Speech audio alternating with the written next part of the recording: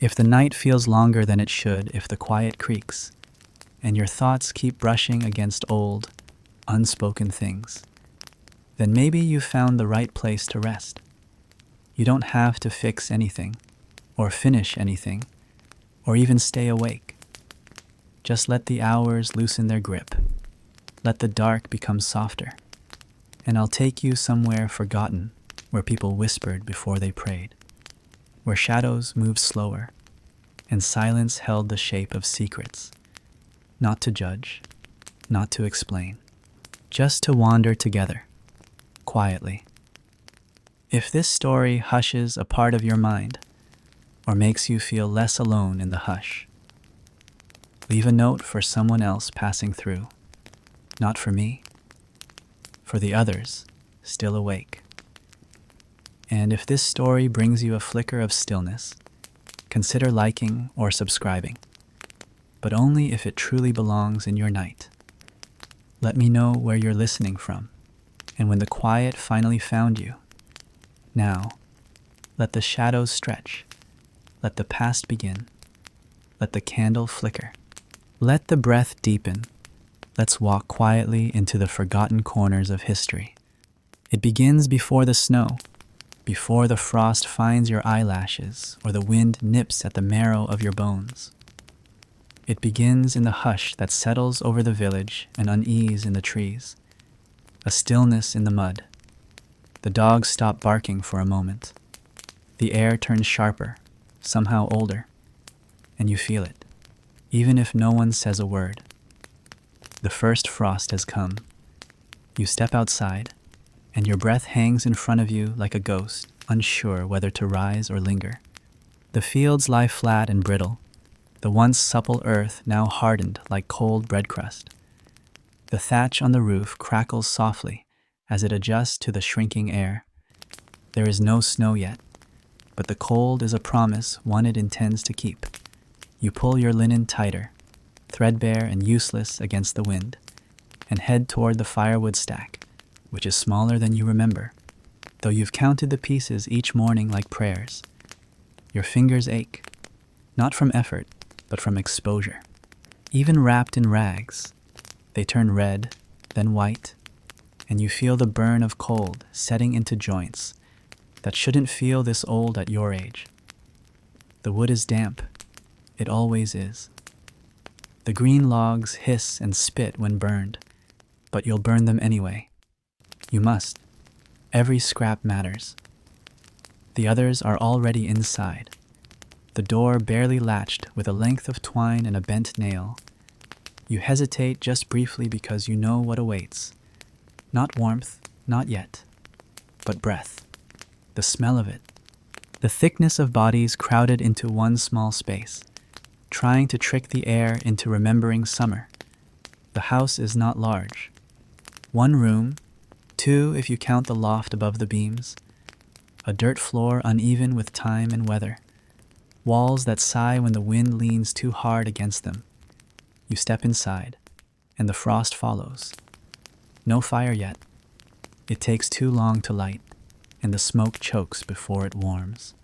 So instead, you drop the logs beside the hearth and move quickly to the far wall, where a pile of straw waits half covered in linen sacks and patches of old wool. You crouch, hands beneath your knees, trying to fold yourself small.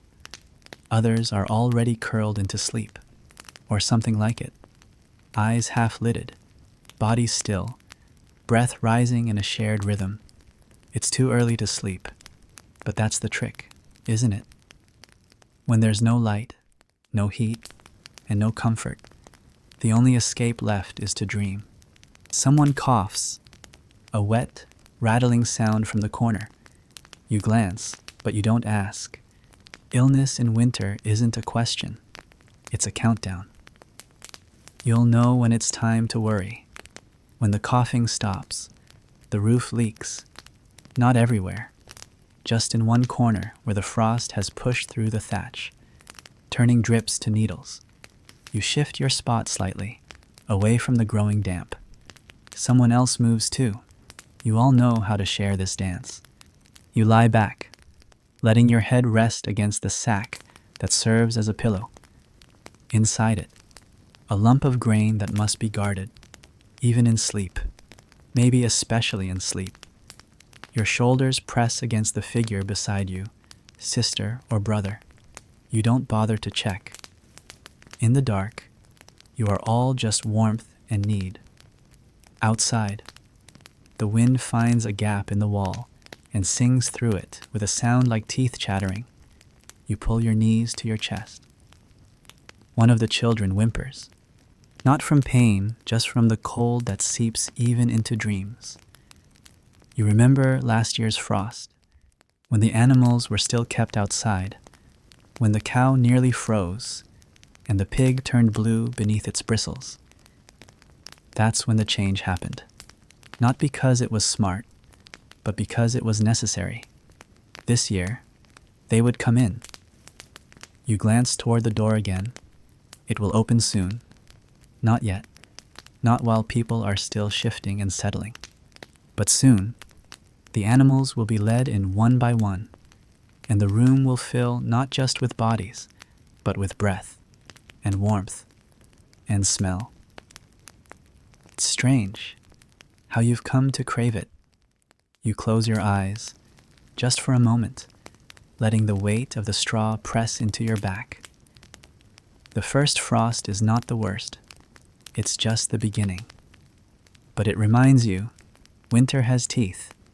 It always returns, and always hungry.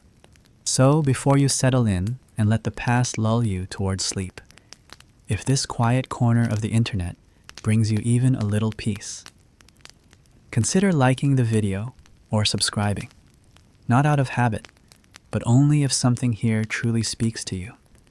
This space grows not through noise, but through those who find comfort in the stillness. Let me know where you're listening from and what time the night found you.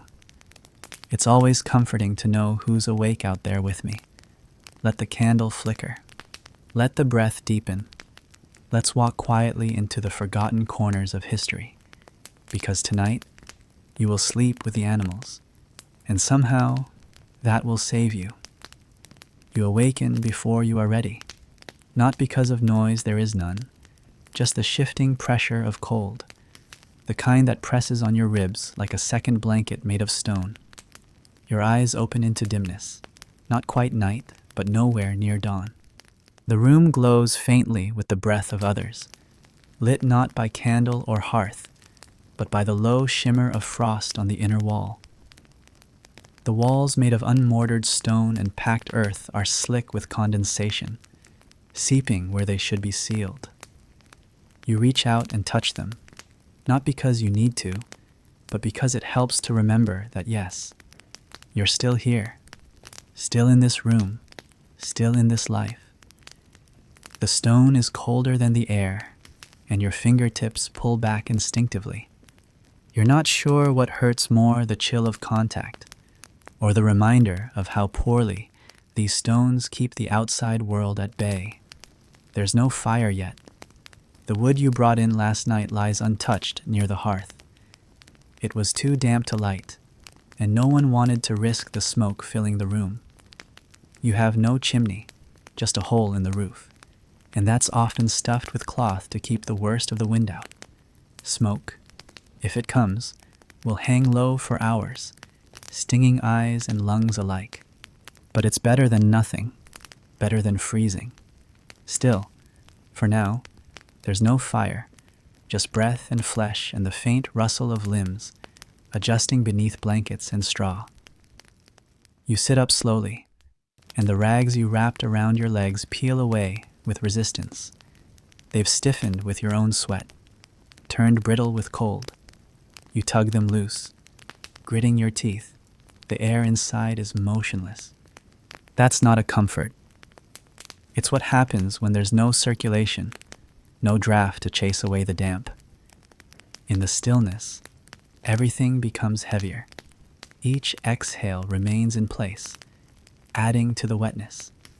Your clothes cling to your back, not because they fit well, but because they've grown damp in the night and never had the chance to dry. It's the kind of clinging that has nothing to do with warmth and everything to do with weight. You look around. Others are stirring. Not many. Just a few shifting under the rags that pass for blankets. A child begins to cry. A soft mewling more from discomfort than distress. His mother, half asleep, pulls him closer to her chest and wraps her arms around him, creating a cocoon of body heat. She shushes him without a word. The gesture is practiced, one she's repeated every morning of every winter. There's a bucket in the corner, filled with what's left of last night's water. You stand and shuffle toward it, hoping for something relief, clarity, purpose. Your bare feet sting against the uneven floor. Dirt and straw do little to soften the impact. You dip your fingers into the bucket. The surface is a thin pane of ice.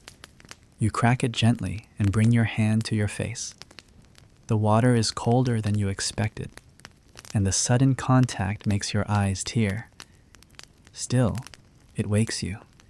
If not your body, then something behind your eyes, a dull spark of awareness. You look toward the hearth again. The wood stares back, stubborn and sullen. No one wants to be the first to try it today.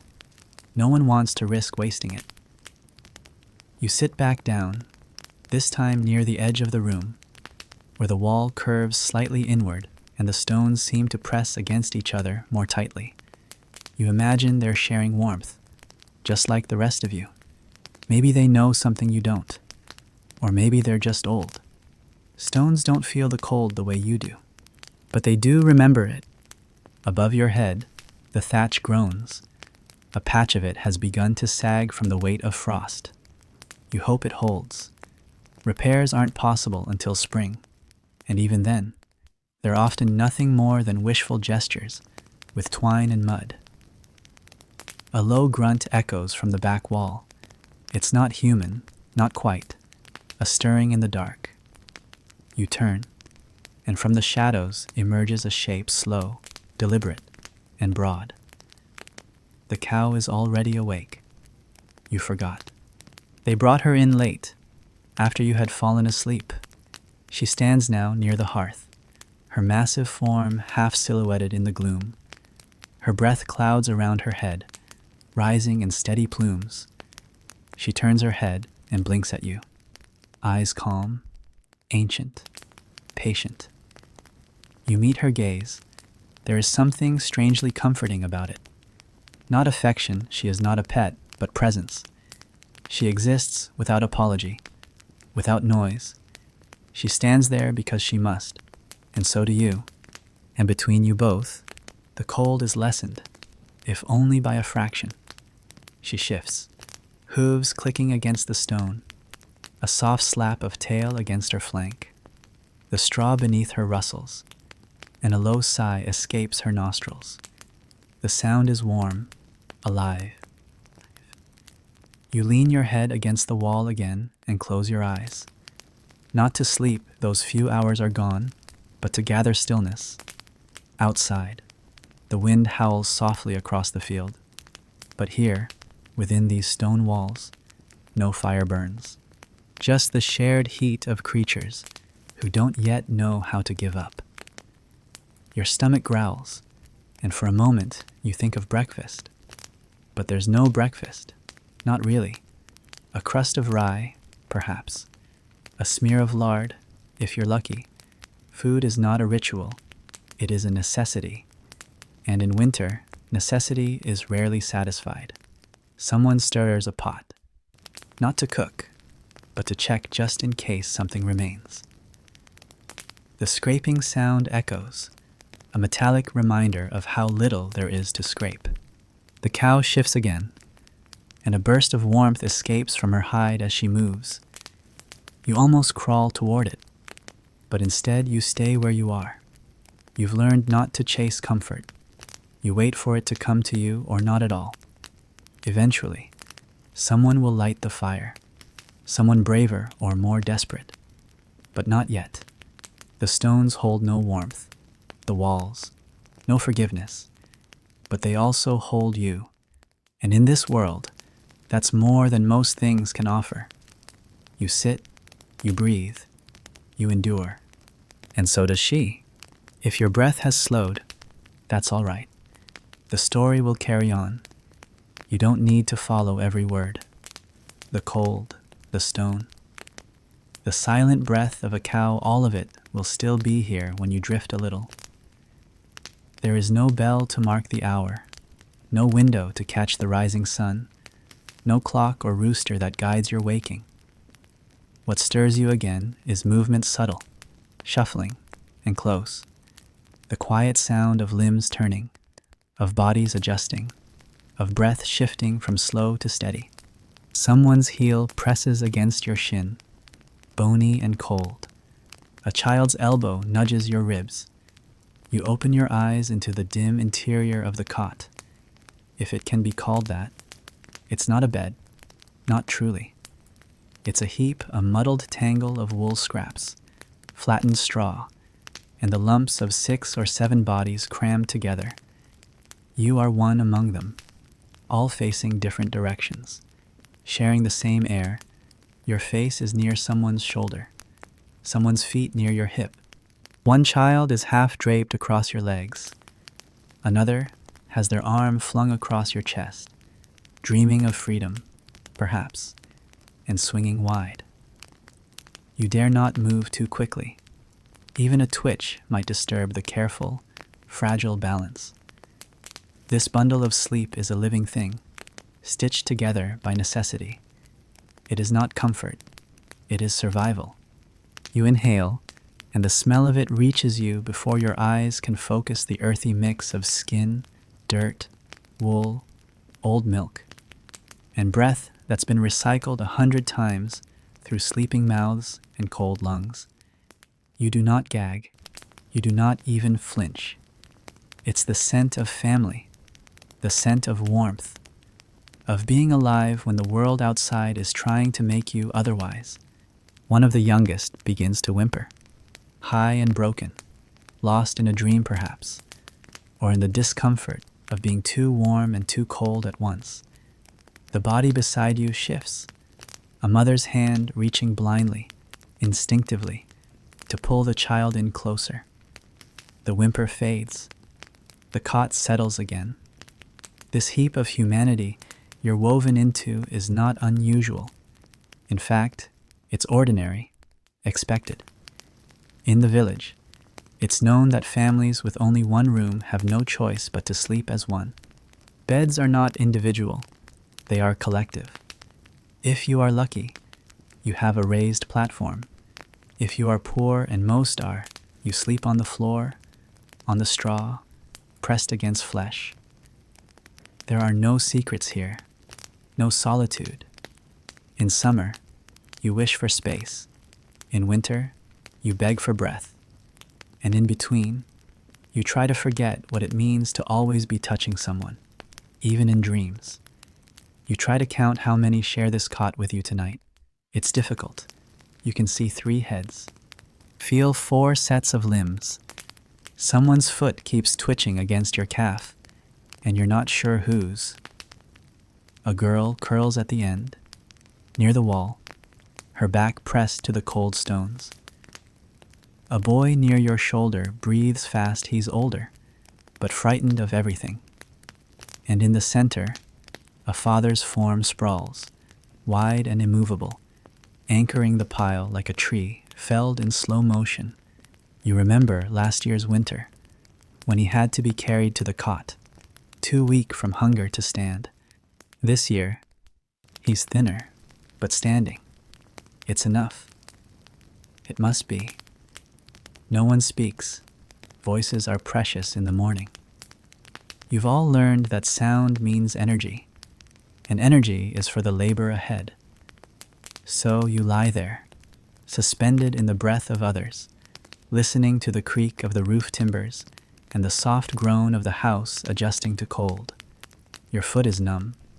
You try to move it, and the motion causes someone else to grunt. You freeze, but they settle quickly, pulling a scrap of wool tighter. You've learned how to live together like this, symphonic, without rehearsal. One person moves, another adjusts. A whisper of shared discomfort, made bearable by the knowledge that no one is exempt.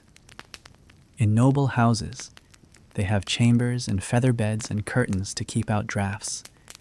But you have bodies. That is all. The older ones lie closer to the walls, taking the cold. The younger ones get the center. It's a system. Silent. Agreed upon. Never questioned. A kind of love that doesn't need language. You notice the older girl beside you has shifted her arm, lifting the blanket just enough to let her brother in. He burrows under like a fox. She wraps him with one arm and closes her eyes again. No words pass. No thank you. He just sighs. She pulls the ragged linen tighter. You once hated this closeness. Hated the smell of feet, the scratch of wool against your chin, the elbows to the ribs. But not now. Not in this cold. Now it feels like armor. Flesh against frost. Heartbeats as a hedge against the howling dark. You reach out and gently tuck the straw under your neck. It's flattened and damp, but it's something. In your hand is a scrap of linen you've used for months as a pillow. Inside it is nothing but more straw, sometimes replaced with rags. But the act of laying your head against it, of pretending softness, it helps. Pretending is half the battle in winter. Pretending you're warm. Pretending you're not hungry. Pretending you'll wake tomorrow and find the world still holding. The door rattles. A gust has found its way beneath it again. The twine loosens. A gap opens. You feel the sharp, unwelcome sting of air against your cheeks, and you recoil, instinctively pulling your shoulder closer to the middle of the pile. The cold fingers of the wind reach in like an intruder, brushing faces and flaring nostrils. A voice finally stirs, low, hoarse. Close it. Just that. No anger, no urgency, just instruction. One of the older boys crawls over the tangle of bodies, reaches the door, and adjusts the cloth padding wedged into its frame. He knots the twine again, tighter this time. Then he returns, silent, slipping back into his spot as though nothing had happened. You're still cold, but not as cold as you were, and not as cold as you'll be later. You close your eyes again and let yourself drift, not fully to sleep, but to that edge where awareness thins and the breath of others begins to sound like the sea. You match your inhale to theirs. Out, in, out, in. There are no waves in this part of the world. But this is your ocean, one made of lungs and straw and muffled dreams. And if you drifted already, that's all right. The cot will keep holding. You hear her before you see her. A low grunt, the shuffling of hooves against dirt and straw, the swish of a heavy body adjusting its weight. It's not abrupt, not alarming. It's a presence so familiar it almost fades into the background, like the creak of wood or the breath of a sleeping child. And yet, when you open your eyes and turn toward the darkest corner of the room, she's there, looming, breathing, still as a shadow made flesh. The cow stands near the hearth where the hearth would be, if the fire ever stayed lit long enough to earn the name. She does not lie down. She rarely does indoors. Her body is too broad, her legs too stiff from the cold. Instead, she stands with quiet dignity, her weight shifting from hoof to hoof, her head gently lowered, steam rising in steady ribbons from her nostrils. She is old, but not useless. Her milk feeds the smallest mouths in the house. Her breath, some nights, is warmer than your own mother's embrace. She came in during the night, sometime after your thoughts grew too tired to stay awake, sometime between one dream and another. Someone opened the back door, coaxed her inside with soft words and the promise of shelter. She stepped over the threshold like a guest returning from war, cautious, weathered, half frozen but willing. And now, in the dim morning, she's part of the room again. You watch her blink. Her lashes are white with frost. Not much, just a dusting around the edges, like snow settling on thatch. Her ears twitch in slow rhythm, as if listening to something you cannot hear. Perhaps she is counting the breaths in the room. Perhaps she is dreaming, with her eyes open. The others barely notice her anymore. The children crawl past her without fear, trailing blankets and muttering half-formed words. One of the toddlers toddles forward on bare feet, plops down beside her, and leans against her flank like it's the wall of a cradle. The cow does not flinch. She merely shifts slightly to adjust her balance. The child sighs. The cow exhales. And for a moment, they are as one creature and child, heat and heartbeat. You rise slowly from the cot, the ache in your back as much a part of you now as your name. The floor is cold. Bits of straw cling to your skin. You shuffle over toward the cow, careful not to make too much noise. Though she is used to you, she is still a living thing, still cautious, still massive. When you stand beside her, the heat is immediate. Her body radiates warmth like a sun drawn down from the sky and packed into fur and bone. You reach out and place your hand gently against her side. Her hide is rough, the hairs coarse, but beneath that thick skin and the layer of frost that still lingers near her belly, there is life.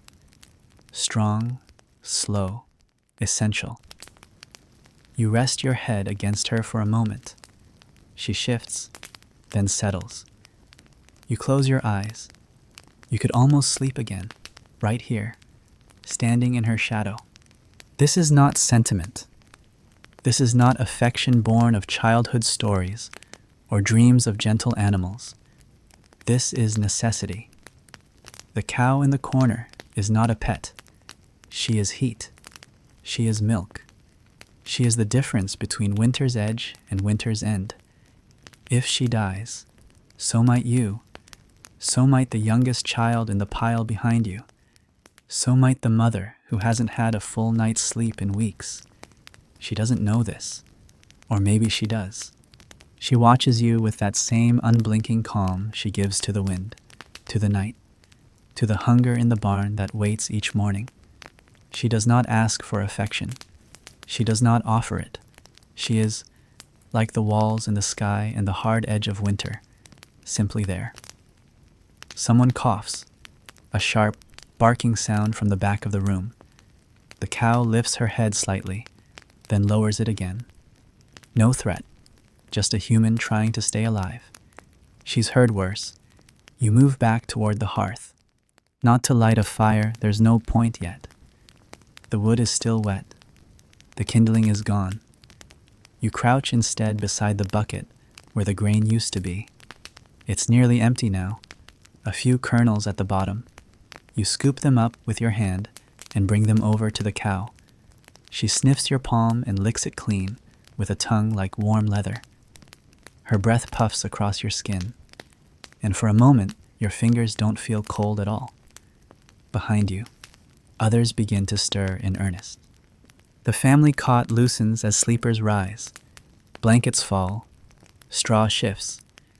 The children begin their morning rituals of whining and searching and rubbing sleep from their eyes. A woman stands and stretches, her bones cracking audibly. A boy heads to the door to check the weather, not out of hope, but out of routine. He opens it just a crack and peers out, then closes it again. Still cold, he says. No one answers. They all knew it would be. The cow shifts again, a heavy sound, like the tree trunk creaking in wind. She turns slightly, angling her body away from the hearth and toward the cot. as though preparing to watch over it.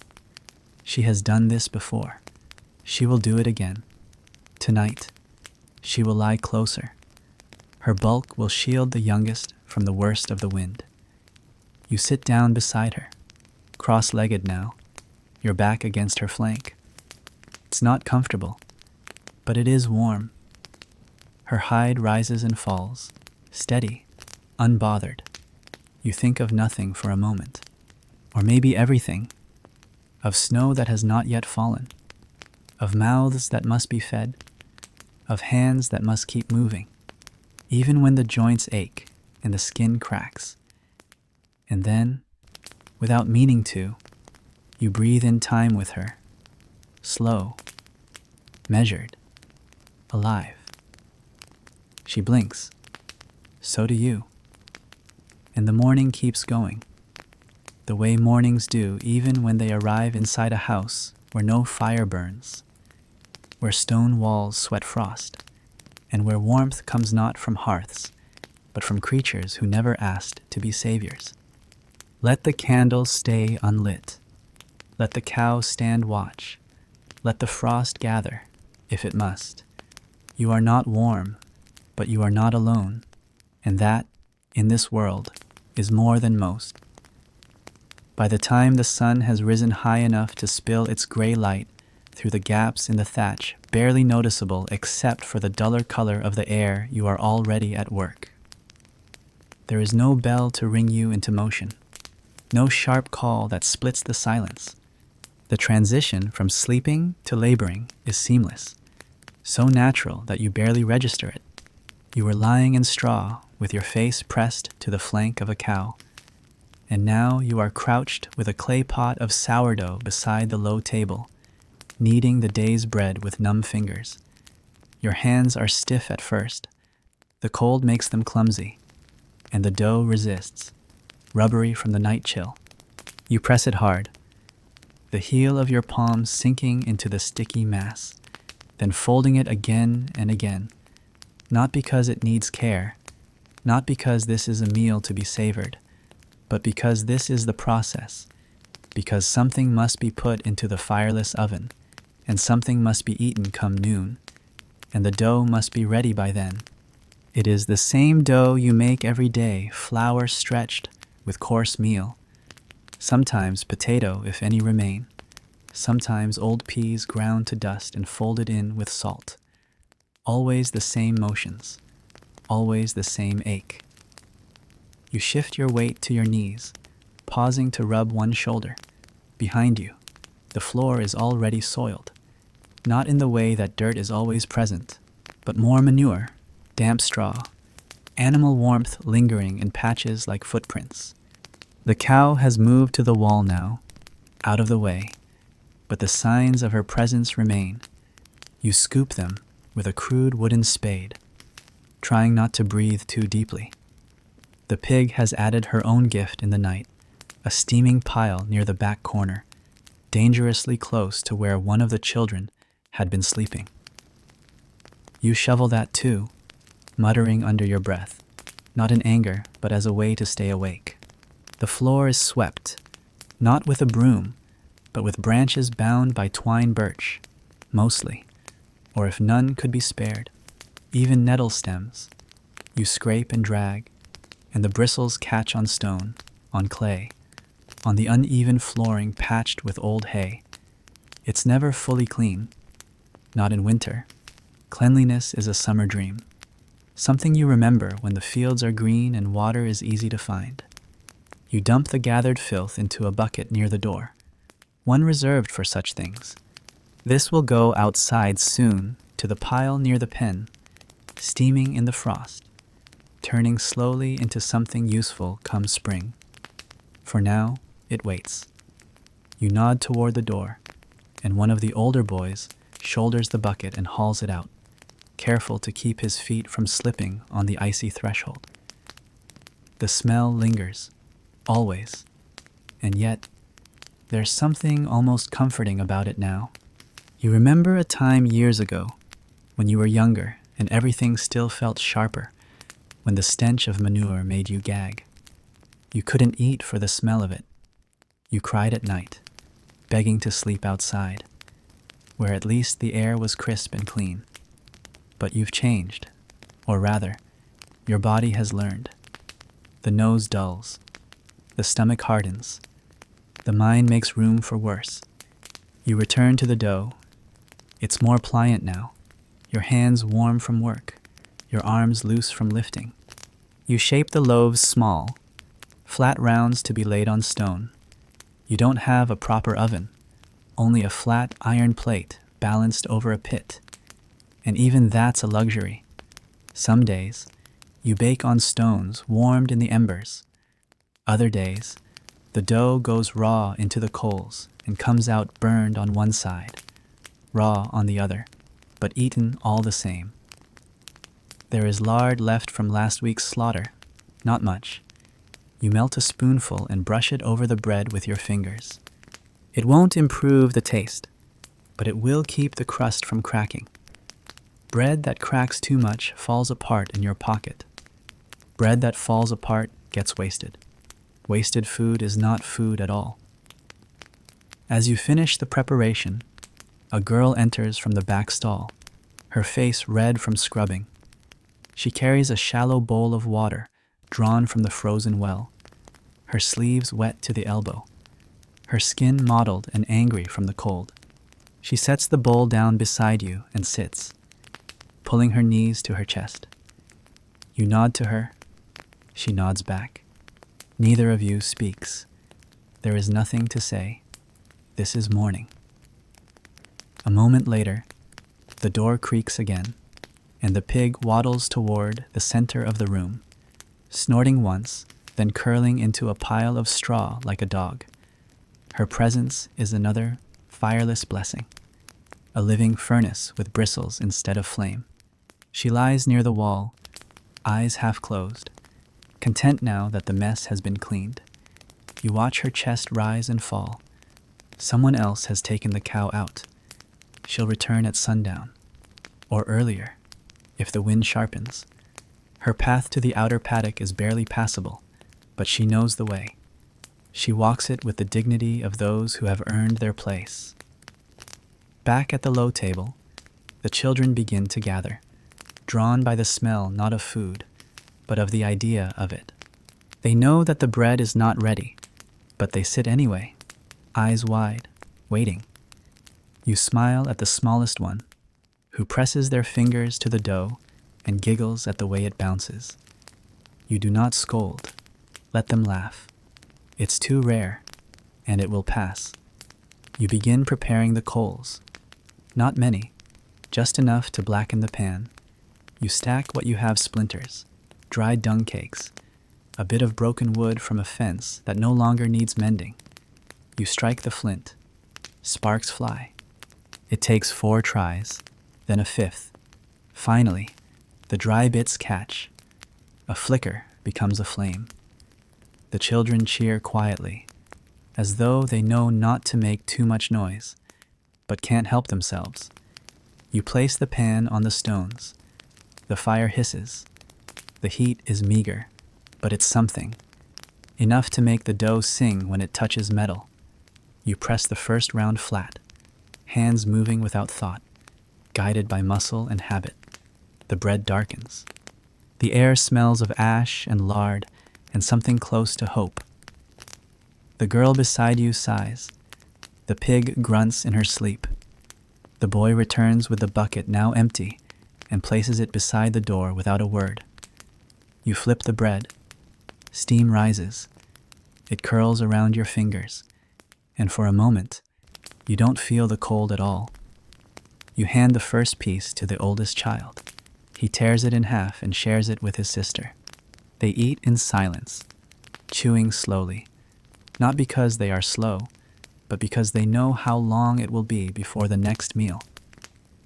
You press the next piece onto the pan. There is no time to rest. There is only movement, only warmth. When you can make it, only food. When you can conjure it from flour and heat and will. You lean back against the wall as the dough sizzles, your fingers coated in ash and grease, your back aching. your feet numb. The room is still cold, still smells of dung and sweat and sleep. But it is not empty. It is not lifeless. It is morning, and you are still here. She's always been the boldest of them, not the loudest. That title belongs to the rooster, who, for all his pride, often crows to an empty sky, and not the biggest. That role has long since been claimed by the cow, whose mass alone bends the rhythm of the household. No, the pig is something else entirely. She is small enough to move unnoticed and large enough to matter. She waddles with the certainty of someone who knows she's indispensable, even if no one ever says it aloud. You first notice her presence this morning, when your bare foot brushes against something warm and surprisingly solid beneath the table. You flinch, instinctively drawing your leg back, expecting a stone or a misplaced tool. But then she grunts a short, indignant snort, and the movement makes her visible. She'd been curled beneath the bench the whole time, nestled against the lowest beam, half covered in a patch of wool she must have dragged there herself. The children giggle. They've seen her do this before. In fact, she does it almost every morning. Somehow, she always finds her way indoors. It's not even worth arguing about anymore. There was a time when you tried to keep her outside, when you barricaded the back door with a sled, or tied the latch tight with rope. But the moment a crack appeared or a distraction pulled someone away, she would find her opening, like rain seeping through old thatch. She is inevitable. And so now, she is part of the morning, as much as the bread, as much as the smoke, as much as the biting wind that squeezes through every seam of the cottage. She roots around beneath the table, sniffing at crumbs, bumping into legs. A child tries to feed her a piece of crust, but she turns her snout away. She's not hungry, not yet. She's looking for heat, for the scent of safety. Her hooves click softly on the packed earth, and she settles again in a curl near the door, never far, never still for long. No one scolds her, not anymore. She keeps the rats away. That alone makes her more valuable than some of the tools in the shed. At night, when the fire dies and even the embers are too faint to remember their glow, it's her growl that warns of skittering in the dark. She doesn't chase them. She doesn't have to. They fear her presence more than they fear yours. She carries with her a kind of wildness that even the frost respects. There are stories, you know, old ones, of pigs who saved children from wolves, of pigs who refused to leave their masters in blizzards, of pigs who sensed sickness before it struck. You don't know if those stories are true, but when she looks at you with her tiny dark eyes, you wonder. There's an intelligence there, small and steady, a knowledge that doesn't need words. Your father once said pigs are as smart as any of us, maybe smarter, because they don't waste time pretending otherwise. You didn't believe him when he said it, but now, after so many winters, after watching her navigate every inch of this room, with more grace than some grown men, you're not so sure he was wrong. She sneezes suddenly, a great wet noise that startles the baby. The child begins to cry, more from surprise than fear. The mother lifts him gently and rocks him, humming softly. The pig, unfazed, resumes her nap.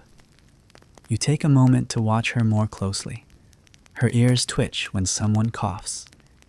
Her tail curls tighter when the wind howls through the door. Her sides rise and fall in a rhythm not unlike your own. She snores, if one can call it that low, satisfied noises that bubble up from her throat and vibrate through the straw. The warmth she gives off is almost astonishing. You feel it from across the room, a pool of body heat that seems to defy the cold creeping down the walls. The children begin to gather around her, unspoken agreement guiding them. They sit close, not touching her, not yet, but near enough to bask in her presence. One of them reaches out and gently lays a hand on her back. She doesn't move, doesn't even grunt.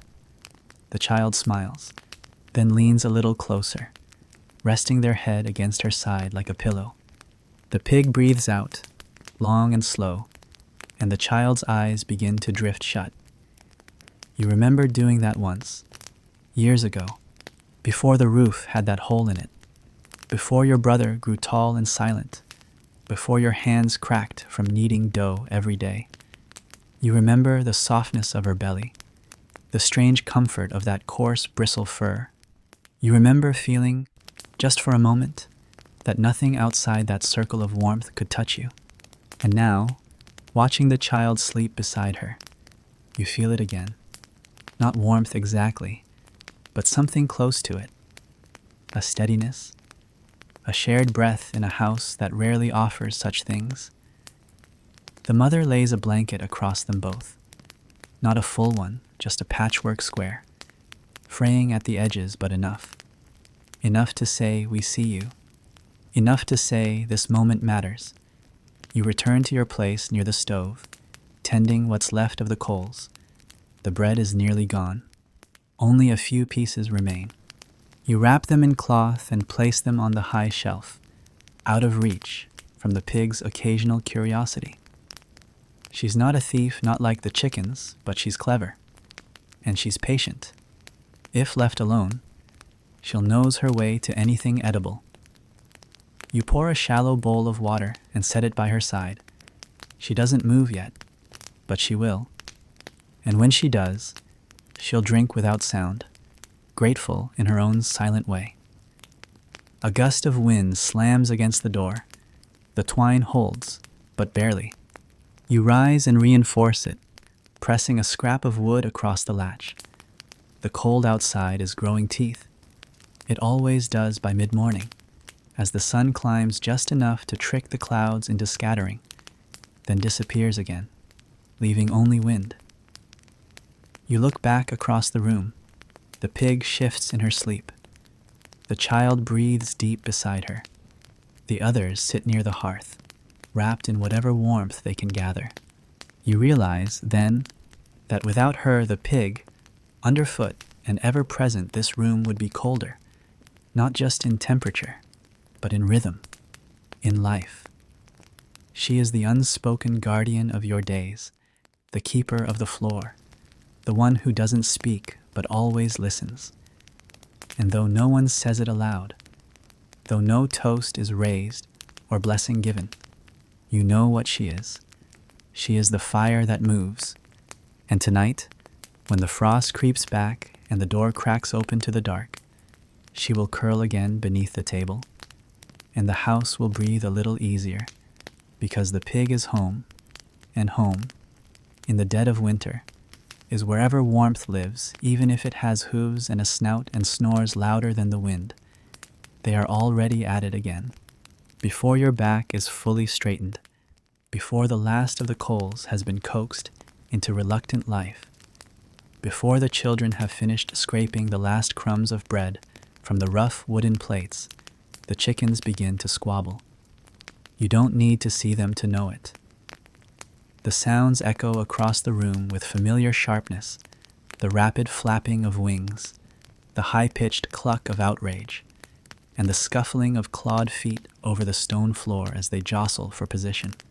It's always the same fight, always the same spot, just beside the hearth, where a little warmth gathers even on fireless mornings, and where the ashes sometimes fall just right, holding on to the ghost of heat long after the flame has died.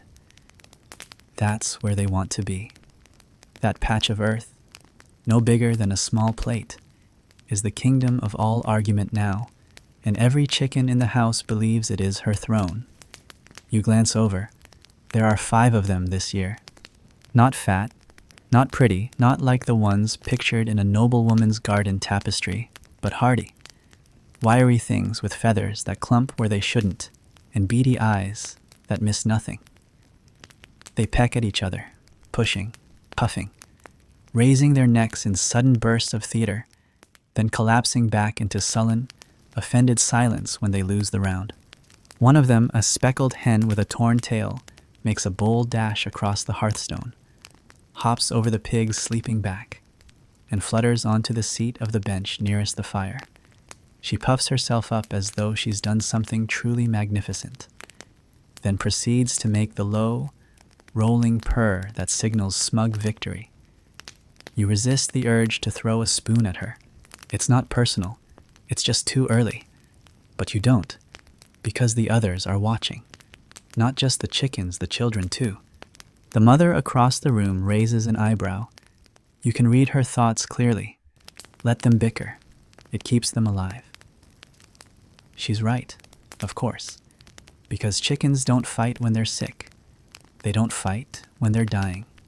They huddle. They fall silent. They let the cold take them. So this morning's argument is, in its own strange way, a sign of health. The house may be frozen, the food sparse, the air thick with animal breath, but the chickens still care about territory. Still, you sigh, because they'll scratch the hearth again, because they'll kick ash into the dough, because, if you let them, they'll nest where they please under benches, in the kindling basket, even inside someone's discarded cloak.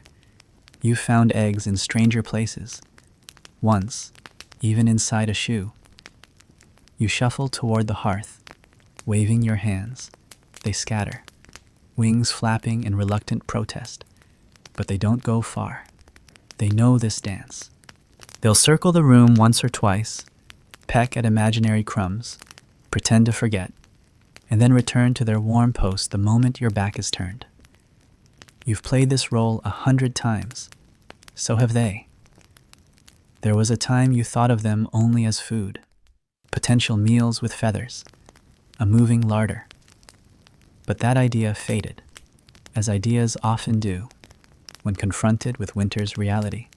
You've watched them survive blizzards, seen them huddle beneath shelves, their small bodies rigid with cold, yet unwilling to surrender.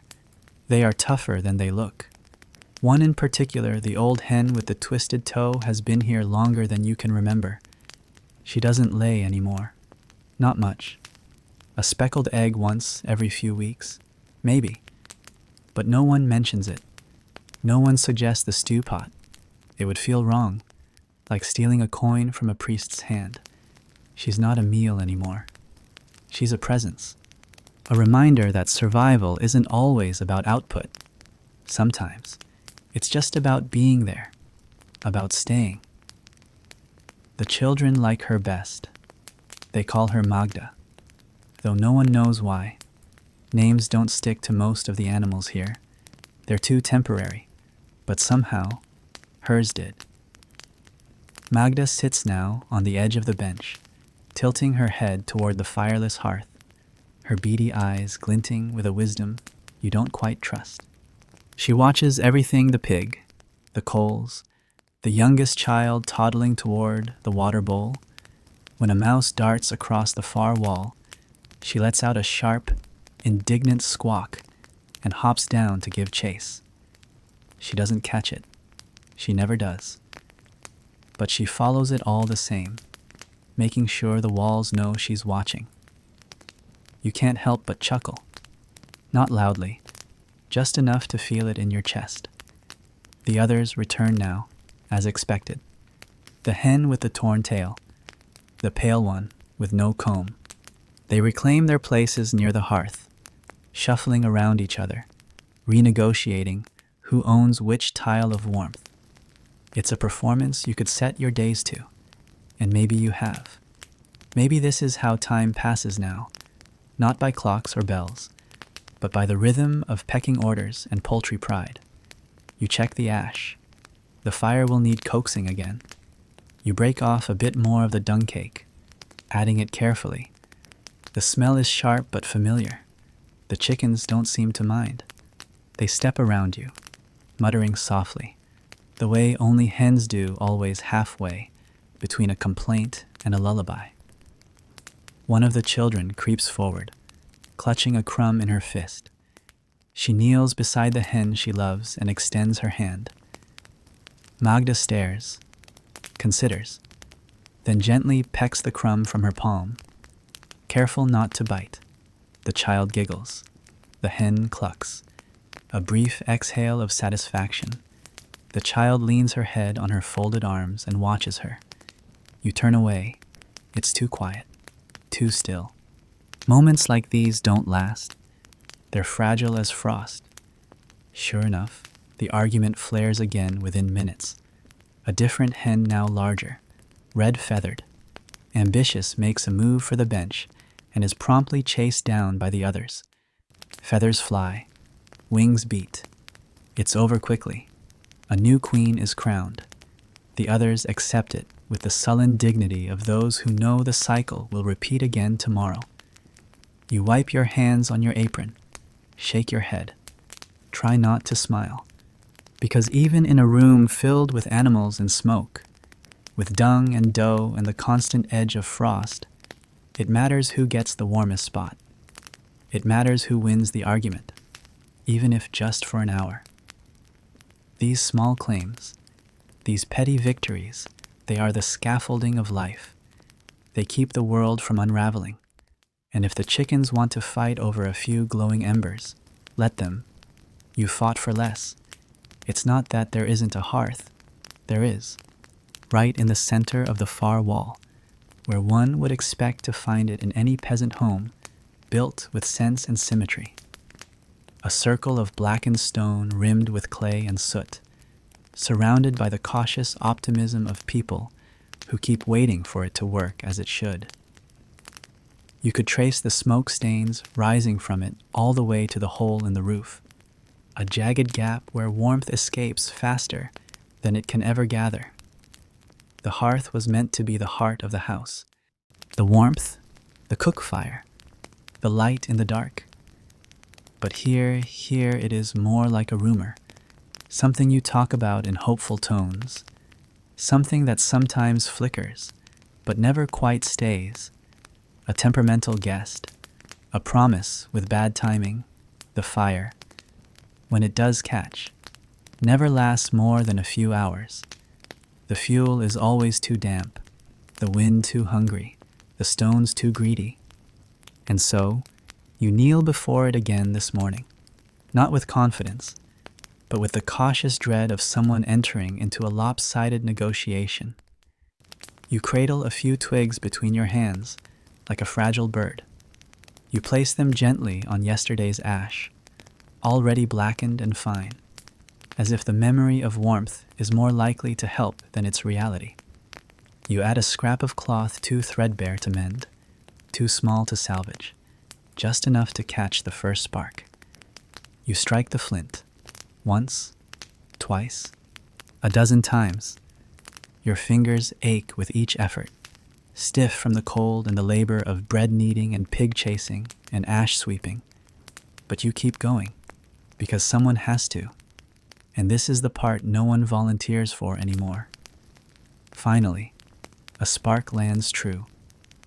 The cloth glows. The smallest of flames licks up toward the twigs like a whisper, hesitant, fragile, unsure if it belongs. You exhale slowly, shielding it with your body, your hands curved around it like the ribs of a cradle. You feed it another splinter, then another. It catches. It grows. For a breath or two, it burns like a dream. But the wind knows. It presses through the gaps in the wall, through the joints in the boards, through the hole in the roof where the smoke has never quite known whether to leave or linger. It finds the flame, and with a sound almost like a sigh, it flattens it. You curse under your breath, not loudly, not angrily, just that dull, breathless curse that rises from somewhere deeper than your voice. The curse of repetition, of doing everything right, and still failing. The others watch in silence. No one offers help, not because they are unkind, but because they know. This is how it is. You take turns losing the fire. You try again. This time, You press the coals together more tightly. You build a nest of tinder with greater care. You cup the air around it with both hands, keeping your breath shallow, cautious. And when the flame returns, just a flicker, you do not blink. You dare not. You feed it slowly, steadily. Wood no bigger than fingers, arranged like secrets, and slowly, this time, it grows. Smoke begins to drift upward, not a straight column, but a swirl. It rolls under the ceiling beams, clings to the thatch, wanders the air like a thing recently awakened. The children begin to cough. One of them sneezes. You smile despite yourself. It's the cough of something happening, of something earned. The fire is not strong. It will not cook a stew. It will not dry clothing. It will not be enough to fight the cold in the bones of the cow or in the wind that rattles the latch. But it will warm the hearthstones. It will toast the edges of the last round of bread. It will give off light, however dim. You sit back on your heels and watch it. It crackles as if in conversation with no one. The chickens creep closer again. The pig lifts her head. The old hen, Magda, makes a slow procession toward the warmth, claiming the same spot she tried for earlier. The others follow, their feathers ruffled with dignity and hunger. Someone places a kettle on the stones beside the flame. Water, to be warmed, not boiled, not cooked, but warmed. Enough to wash a baby's face, enough to soothe a sore throat, enough to feel like kindness. You remember when the hearth burned every night. It wasn't so long ago, just 2 winters passed, maybe 3, before the trees near the village were all taken, before the damp logs were all that remained, before the youngest boy grew sick from the smoke and the doctor, what passed for one, anyway, said to stop using the hearth so often, or risk losing what little strength you had left. It's strange how quickly you can go from fire being a constant to fire being a rare event, how easily the body adjusts, how quickly the night wraps around a family that once glowed in orange and gold and replaces it with gray and blue and the vague warmth of huddled breath. Still, the fire is alive today. You rise, slowly, bones aching in protest, and gesture toward the girl sitting by the bench. She brings you another log thin, knotty, barely cured. You place it carefully, angling it so the flames might lick it with curiosity rather than disdain. It catches, just barely. Enough. You step back, let it be. Let it work. The room brightens a little. Not enough for reading, not enough for sewing, but enough to see each other's faces. Enough to watch the color return to hands and cheeks. The boy nearest the wall reaches his fingers toward it, just close enough to warm them without risking a burn. You see the way his shoulders drop. Not all the way, but a little, like something inside him has unclenched. You recognize that feeling. You carry it too. And even though you know the fire won't last, won't blaze into the kind of roaring, radiant thing you've seen in great halls or imagined in tales, told at dusk, you still feel its presence, like a song just barely remembered. This hearth that rarely burns has done so today, and that is enough. Because in a world where warmth is fleeting, every flicker is a triumph, and every triumph, however small, deserves its moment. You never hear him enter. Not really. He comes with the quiet of dusk and the weight of something older than any voice you've ever known. The door creaks open, and then, for a few heartbeats, there is nothing. No sound, no shape, just the hush that always comes before presence. Then the ox steps forward, slow and steady, his hooves thudding dully against the packed earth, his breath already fogging the air with a rhythm that feels more like weather than movement. He is enormous in the way boulders are nothing about him soft, and yet everything about him immovable, reliable, eternal. His shoulders sway as he walks. His hide is thick and matted with winter's memory. He doesn't look at anyone. He doesn't need to. The room makes space for him without asking. The chickens scatter. The pig lifts her head, snorts once, and settles again. The cow, already near the rear wall, shifts her weight just slightly, acknowledging his arrival with a single blink of her slow eyes. You stand near the hearth, hands still dusted with ash, and watch him as he passes. He walks as if he's carrying something more than his own weight, something older, something no one else could manage. You wonder if he knows what he is to this family. Not a symbol, not just a beast of burden, but the backbone of the season, the force that keeps your cart upright, your plow moving, your field even marginally obedient. And now, in winter, he is something else entirely. He is warmth. He doesn't stop in the center of the room, doesn't huff dramatically or collapse as the pig sometimes does. No, he moves with the quiet discipline of one who knows where he is needed.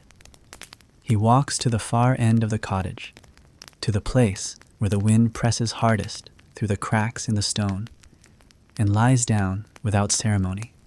The ground shakes slightly when he does, not much, just enough to remind the house that there are still things here strong enough to push back. His breath fills the room almost immediately, deep, foggy exhalations that rise and swirl with purpose. There's no smoke from the hearth anymore. The fire has dulled to an ember's sulk, but the ox breathes warmth back into the air, not the kind that chases cold away, not entirely, but the kind that keeps you from forgetting what life feels like. The youngest child, who has never known a winter without the ox, toddles over and sits just close enough to feel the heat without touching.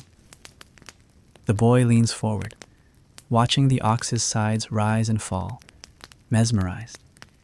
It's a rhythm too slow to mimic and too steady to ignore. A lullaby written in breath instead of melody. You remember the first time the ox was brought inside? 3 winters ago. A storm had risen so suddenly the barn nearly split. The wind howled like grief, and the snow came sideways. The roof had cracked, and you'd heard the groan of timber buckling. You were just a child then, still afraid of everything big. But someone, your uncle, maybe had opened the back door and led the ox in, guiding him by a frayed rope and whispered curses. You'd been terrified. He was so large, and you were so small. His breath was like steam from a kettle, his hooves the size of dinner plates. But he didn't stomp. He didn't bellow. He just walked inside as if he'd always belonged there. Since then, he's come back every winter. The barn still stands patched, crooked, held together by stubborn nails and hope, but during the worst of the season, he shares your roof. It's no longer strange. It's necessary. You move toward him now, slowly, not wanting to startle him, but he knows your scent. He knows your gait. He doesn't lift his head, just opens one dark eye and watches you with the same calm he gives to every part of life. You reach out and place your hand on his shoulder. His hide is coarse and thick, the warmth of it spreading through your fingers like water through dry cloth. You feel his breath more than hear it. Slow, slow, alive. The others in the room relax too. A girl begins to sew near the fire, her fingers working despite the stiff joints. The mother hums under her breath, something soft, wordless, the kind of tune people carry when there are no more songs left. Even the chickens settle Magda curls into herself with the practiced elegance of a queen on a worn throne. The pig snores again, long and low. You kneel beside the ox, letting the cold seep out of your knees, letting the heat from his body draw it away. You close your eyes, not to sleep, not yet, but to listen. There's something in the way he breathes, something that pulls you out of the day's noise. Each exhale is like the passing of a tide. Each inhale is the sound of something ancient waking up. You imagine the fields, frozen now, waiting beneath snow. You imagine the plow, rusting outside, leaning against the barn wall. And then you imagine spring, not because it feels close, but because he carries the memory of it. This ox has walked every furrow your father ever carved. He's turned the earth in silence, with no reward but oats and rest. He's pulled your weight and your family's burdens, and asked nothing in return. And now, in the heart of winter, he lies beside you like a stone warmed by the sun. He gives his breath because he can, because it's what he has left. A child comes and hands you a piece of cloth. It's for the ox's head. His ears sometimes freeze. You take it and tie it gently, awkwardly, around one horn, then the other, creating a kind of lopsided wrap that he will shake off by morning. But he lets you do it. He always does. He has become part of the house now. His scent is in the air, his heat in the walls. When people speak of the room, they speak around him, never over him. He is not livestock, not anymore. He is the rhythm beneath the frost. You rest your head against his shoulder and just breathe. There is no warning before it starts. The itch arrives like a whisper against your ankle, barely enough to break thought. A flick of discomfort, a twitch of something out of place. You shift your foot, scratch through the wool of your sock with your heel. Then you go back to stirring the pot, watching the oats bubble sluggishly at the edge of the fire. But then it comes again, sharper this time. Not just one itch, but a chain of them, crawling up your calf like tiny invisible claws. You try not to groan, not because groaning would offend anyone. It wouldn't, but because you've learned that drawing attention to it never helps. Everyone has their own secret war with the invisible legions that live in the folds of winter linen and straw bedding. No one talks about it unless they're bleeding from scratching too hard. It's one of those silent rules of the house. Just like the rule that says you don't move too fast in the mornings or take the last crust of bread unless someone hands it to you. Suffering is shared, but some of it is meant to be endured in silence. You crouch by the hearth and press your fingers beneath your trousers.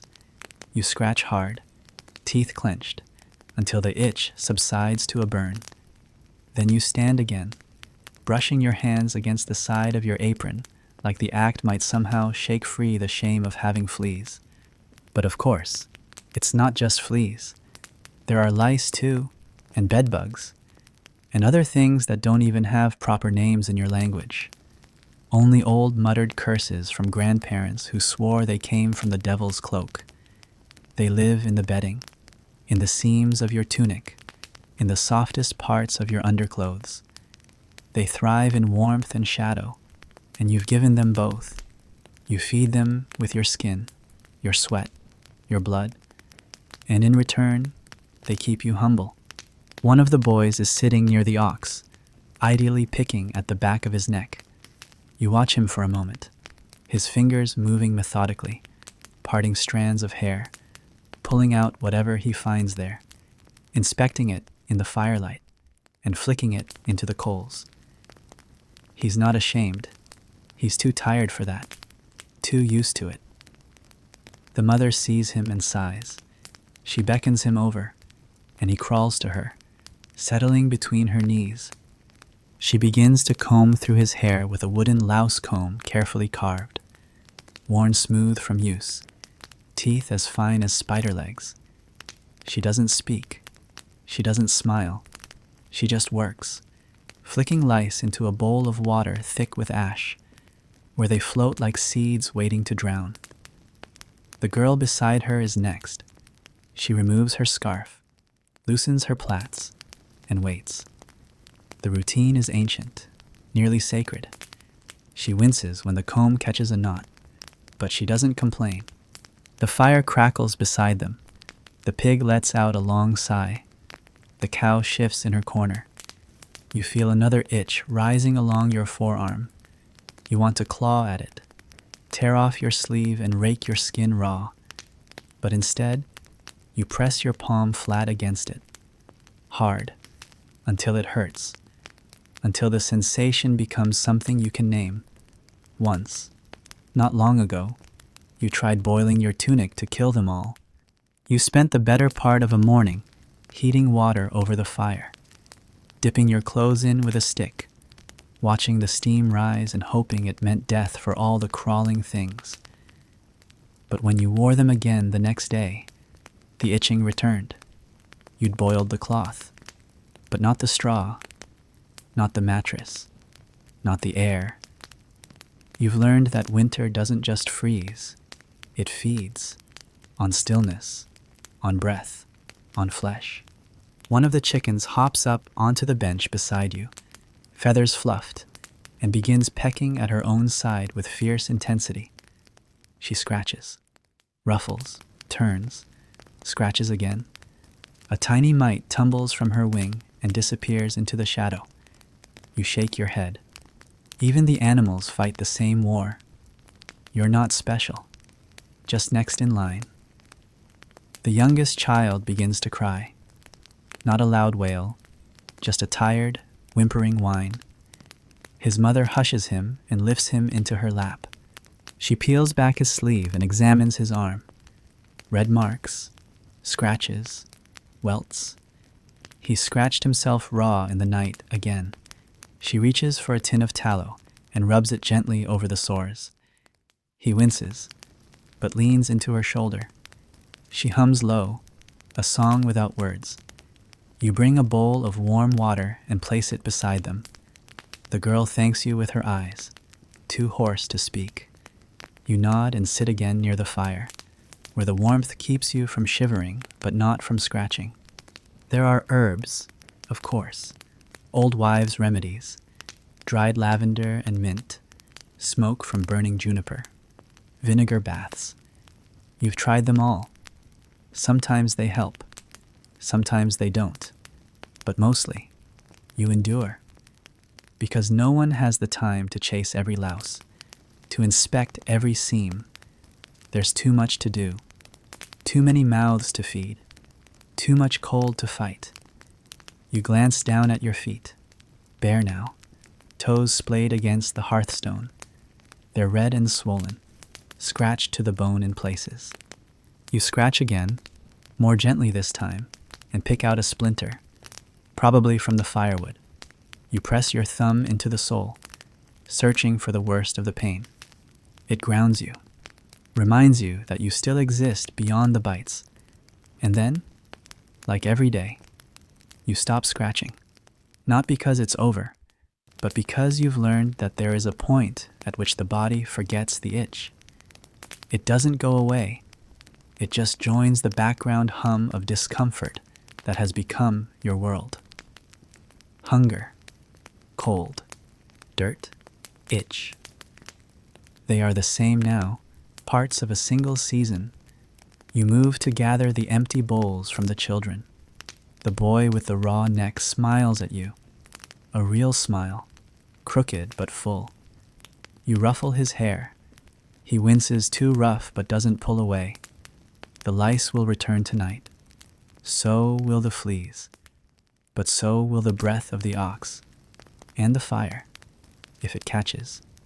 And the pig, curled beneath the table, snoring like a lullaby. There's a kind of peace in that.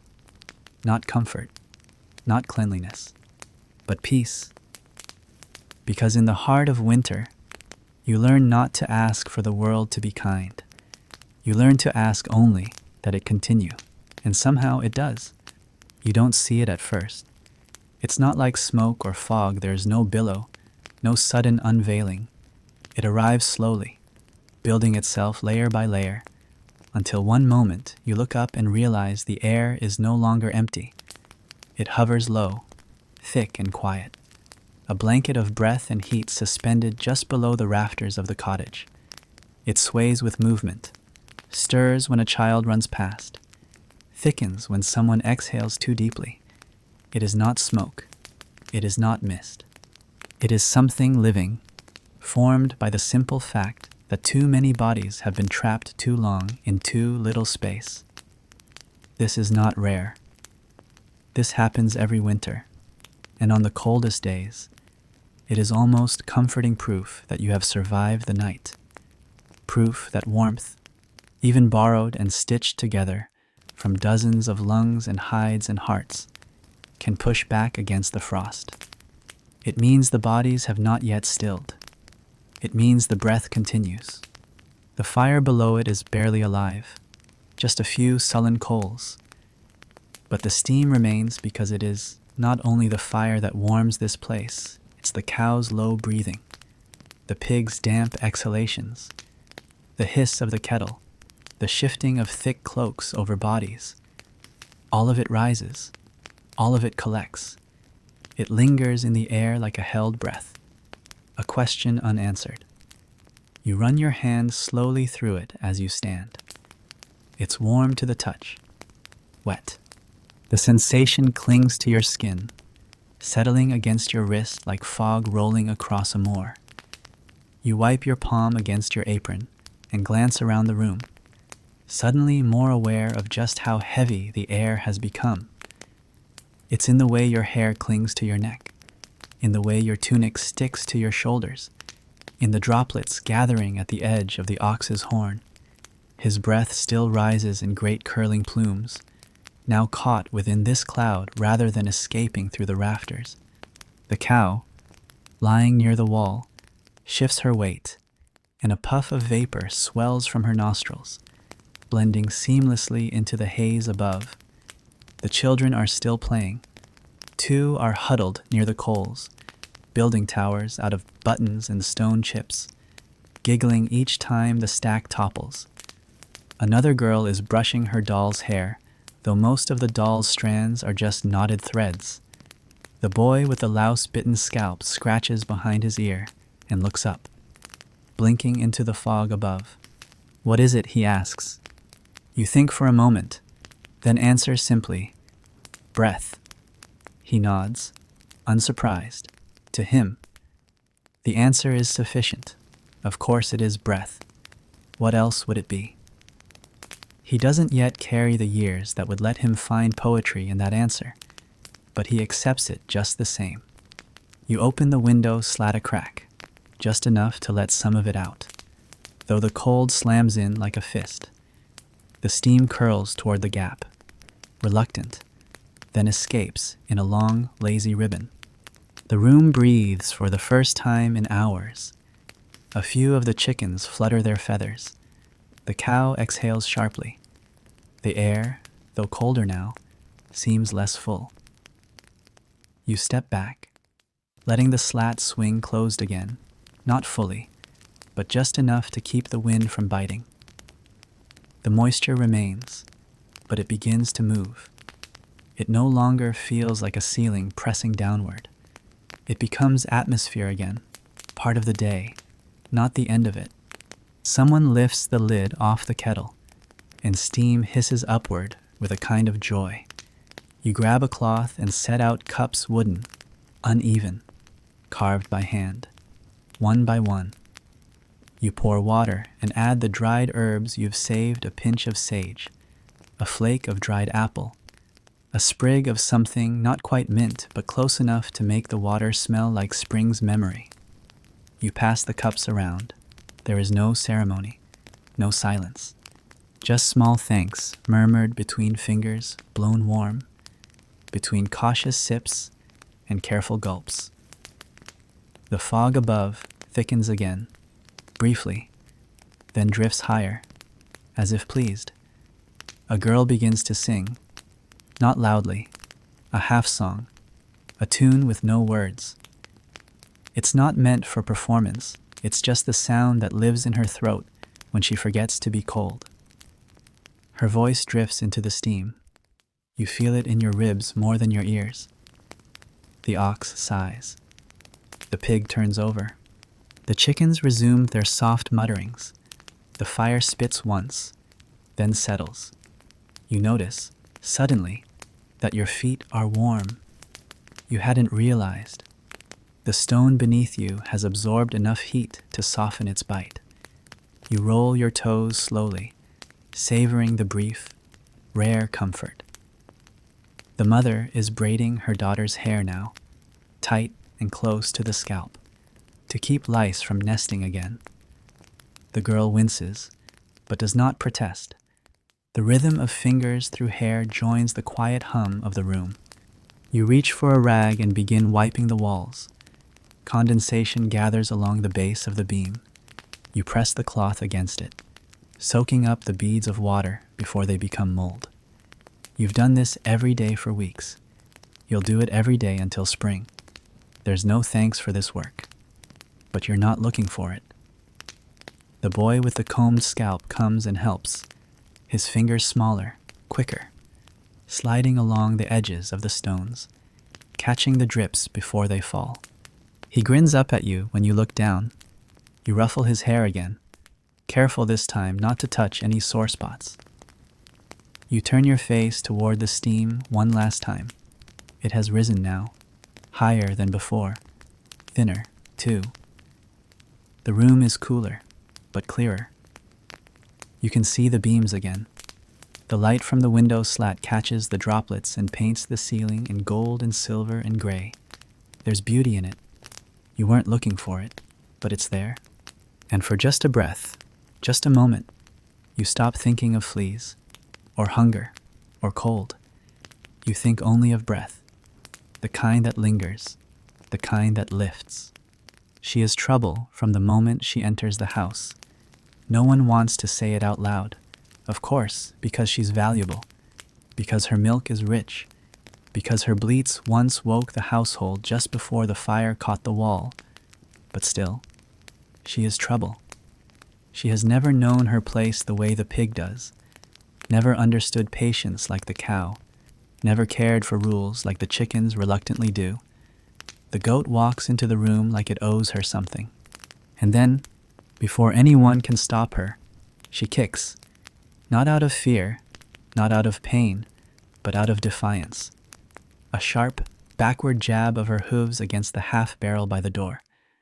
A clatter of wood and iron that startles a sleeping child and sends Magda the hen into the air in a flurry of outraged clucks.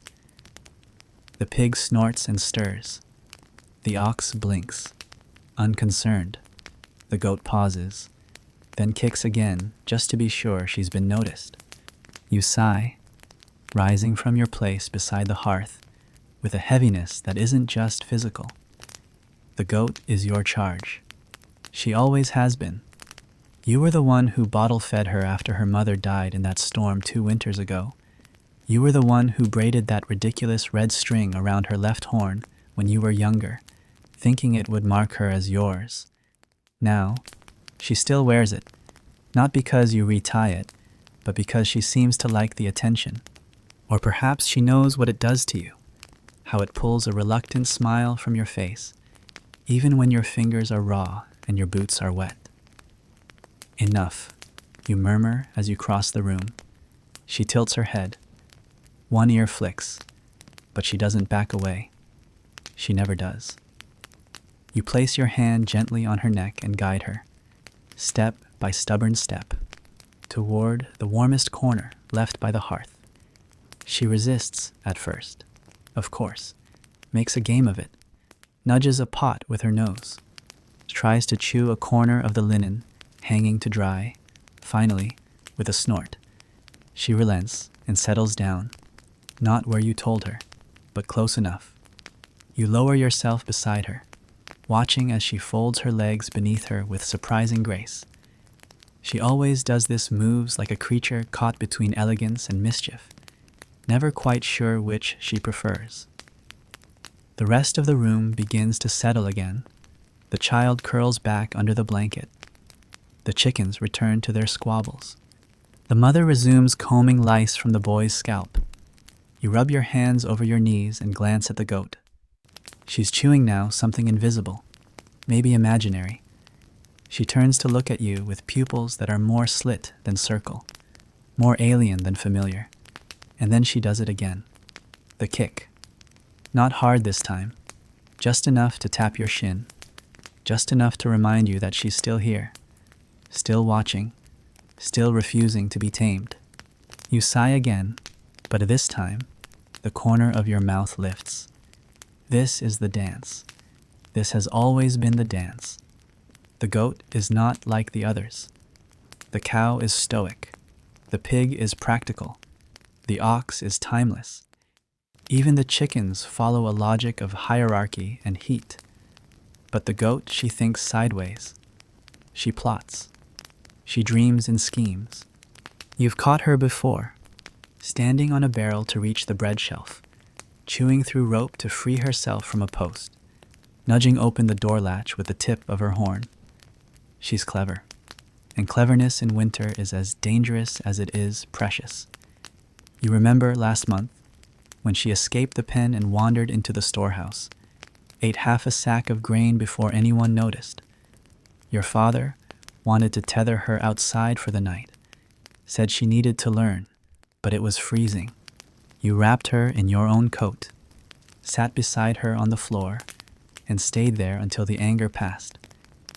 She nudges you now, softly, as if remembering too. You reach out and stroke the side of her face. Her fur is coarse, but warm. She smells like hay and smoke, and something sharp, something wild. She was never meant to be domesticated fully. She walks the line between beast and companion, and she likes it that way. The others avoid her, for the most part. The pig tolerates her. The chickens fear her. The ox doesn't care. The cow merely watches, blinking slowly, unbothered. But you've always seen her for what she is, a mirror. Because you, too, kick. Maybe not with hooves, maybe not with defiance, but inside. You know the feeling, the sharp flick of resistance, when the world expects you to lie still. The need to remind others, and yourself, that you are not fully claimed by this life, that there is something in you not yet folded into submission. You lean back on your hands and watch her chew. She chews like she's thinking, like the thoughts go all the way down into her stomach and settle there for the night. You've always admired that about her. The child approaches cautiously with a handful of straw. He extends it, arm shaking slightly. The goat blinks once. Then, without ceremony, she nibbles from his hand. The boy giggles. She doesn't kick him. Progress.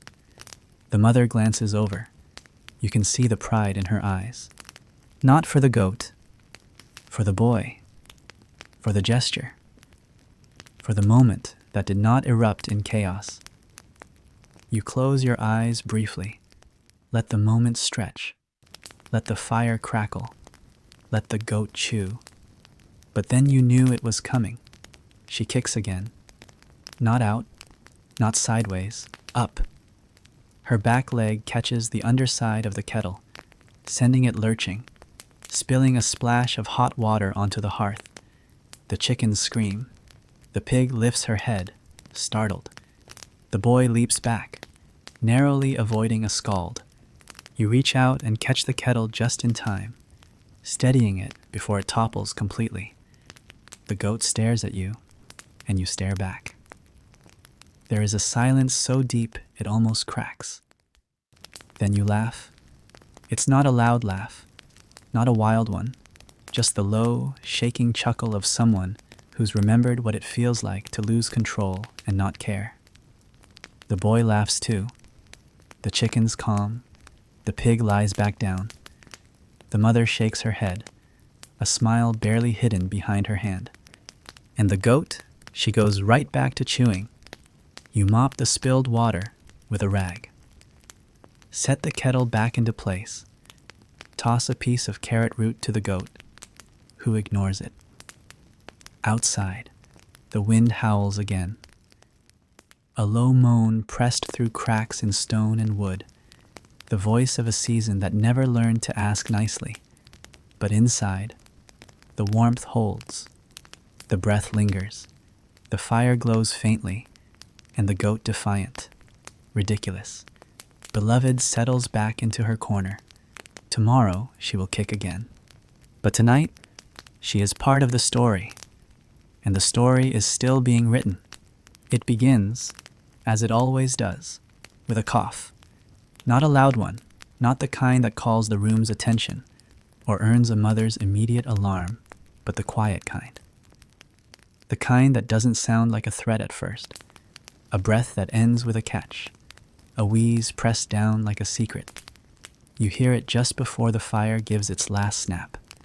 Just before the ox shifts his weight with a groan of tired limbs. The cough belongs to the child curled nearest the wall. The one who was too warm earlier from sleeping against the cow. The one who never quite opened his eyes after the sun crept through the slat. His breath is fast now, and shallow. Though he still sleeps, his forehead shines, even in the dull glow of ember light. You've seen this before. So has everyone in the room. A mother is already moving toward him, wrapping the blanket tighter around his body. She whispers his name, gently, as though calling him back from someplace he shouldn't be wandering. He doesn't respond, just breathes faster, hotter. The room stills. Not in panic, there's no time for that, but in recognition. This is not new. Winter illness comes the way frost does, without mercy, without pattern, and rarely alone. A girl fetches a cloth and dunks it in the basin of lukewarm water. It's the last clean cloth, and it's been used so many times the edges have begun to fray into threads. She brings it without being asked and hands it to the mother, who presses it to the child's forehead. Someone stirs the fire back to life, adding the last good piece of dry wood. It smokes more than it burns, but it gives off heat. That's what matters. Heat. Not light, not comfort. Just the kind of warmth that persuades the lungs to keep moving. You crouch beside them. The boy's eyes flutter, half aware. The kind of waking that belongs more to fever than to consciousness. He whispers something no one hears what, but the sound is so soft, so heartbreakingly small, that even the chickens fall quiet. The goat ambles over, snorts, then backs away, sensing something she can't name but doesn't like. The pig lifts her head but does not move. The cow huffs and lies still. You dip another rag in water, squeeze it out, and place it on the boy's chest. His breathing skips, then slows.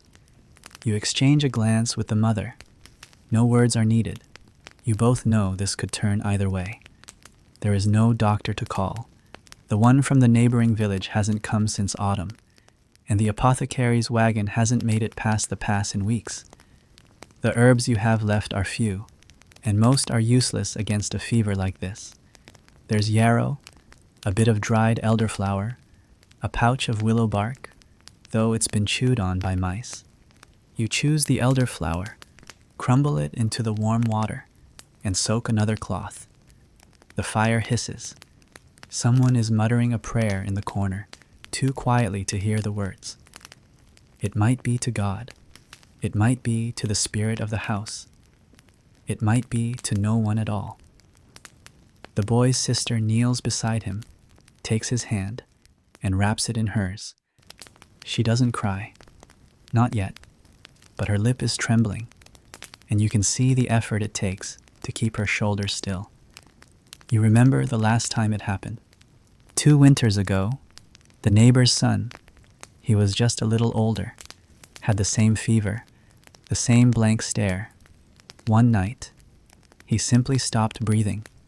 No sound, no gasp, just silence. You helped dig the grave behind the chapel. The earth was too frozen for shovels, so you used a pickaxe and your own fists. You blink the memory away. This boy is not that boy. This night is not that night. The ox breathes deeply behind you.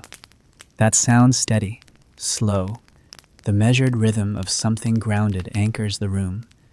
The goat, restless, circles once, then settles. The chickens move closer to the fire. The pig lets out a long nasal exhale and turns onto her side. And the boy, his breath slows, still shallow, still fast, but not as fast. The cloth is working. The elderflower, maybe, or just the warmth of many bodies. Or maybe his own will, something small but stubborn, wrapped around the thread of life like a knot refusing to come undone. The mother keeps whispering his name, over and over, a lullaby in reverse. Someone brings warm broth, just a sip. You tilt the cup to the boy's lips. He doesn't drink, but he doesn't turn away. A drop runs down his chin. The mother wipes it gently. She's crying now, not sobbing, just leaking, the way snow melts beneath a doorframe. You sit back and rest against the wall. Your hands ache, your knees sting, but you stay, because this is what winter is. Not the cold, not the hunger, not the ash or the lice or the endless scratching of bare hands over hard bread. It is this, a child on the edge of fever, and the entire room bending itself around him, forming a shell of heat and silence and stubborn, aching love. The fire cracks again. The flames rise a little higher. The ox shifts. Closer now. His warmth pulses across the room. The goat lets out a low bleat, more a question than a cry. The pig snorts. Magda clucks from her perch. And the boy sighs. Just once. But it's enough. The mother exhales, drops her forehead to his chest, and holds him. No one says anything, because nothing is fixed, nothing is safe. But for now, he breathes. And so, the room breathes with him. The knock doesn't come like thunder. It isn't sharp or sudden or desperate. It's quiet, barely enough to be heard over the sound of the fire sighing low in the hearth. The soft thudding of the ox shifting his weight. The scrape of a bowl being passed from one child's hand to another. A pause follows. Then another knock, slightly louder this time. Measured. Hesitant. It takes a moment for anyone to move. At this hour, with the fire barely holding, with the wind whispering its secrets through every gap in the walls, no one expects visitors. No one wants them either, not in winter, not when the bread is already counted, not when the house is already overfilled with breath and beasts and barely enough warmth to stretch to everyone who belongs. But the knock comes again. You're the one who stands. Your legs are slow, stiff from crouching too long beside the fire, from cleaning up the mess the goat made after knocking over the water pail. You walk to the door with the cautious steps of someone who knows that even visitors come with weight. You glance toward the mother. She nods once, nothing more than that. And so you undo the twine, ease the board aside, and pull open the door. The cold that enters is not a gust, but a hand. It touches your face, your throat, the hollows of your sleeves. It's sharp, clean, and absolute. You blink against it and squint into the half-light. There's a figure standing just beyond the threshold. A man, or perhaps still a boy. It's hard to tell, wrapped in a cloak so worn it's more thread than wool. His face is raw, chapped at the lips and red around the eyes. His boots are torn. His breath comes in fast bursts. And even from where you stand, you can see the tremor in his fingers. He doesn't speak. He just lifts one hand. And you notice the other is tucked under his arm, as if hiding a wound, or simply unwilling to unclench from cold. You say nothing either. Just step aside. He hesitates only a moment, as if unsure whether the gesture is real. Then he crosses the threshold. bringing the winter in with him. It trails from his shoulders like smoke, clings to the hem of his cloak, fills the corners of the room with a silence deeper than the one before. He does not sit until someone motions toward the stool by the fire. Even then, he lowers himself slowly, as though unsure of the furniture's trust. His boots leave small puddles as the ice on them melts. His breath fogs the air around his head. He holds his hands out toward the fire. The left one is raw and cracked. The right remains under the cloak. The mother hands you a cup of warm broth, barely more than water, but warm nonetheless, and you offer it to him. He takes it with his left hand, shaking slightly, and drinks with the desperate restraint of someone trying not to gulp.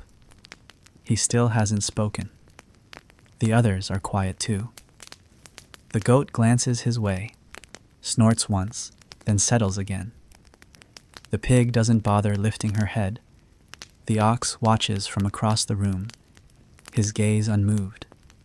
Magda the hen lets out a single cluck and hops to a higher rung of the ladder. Finally, the boy speaks. His voice is hoarse, dry, and unpracticed. "Thank you." You nod. There's nothing else to say yet. He sips again, closes his eyes, lets the steam drift against his lashes. "I came from north of the river," he says after a long silence. "Been walking since yesterday morning." His voice breaks on the word morning. You crouch beside the fire and add another bit of dung to keep the embers breathing. The warmth climbs back slowly, licking the space between you. The boy shivers again. Not violently, just the shiver of someone whose body hasn't decided if it's safe to relax. "What happened to your hand?" the mother asks gently. He looks down at the hidden arm.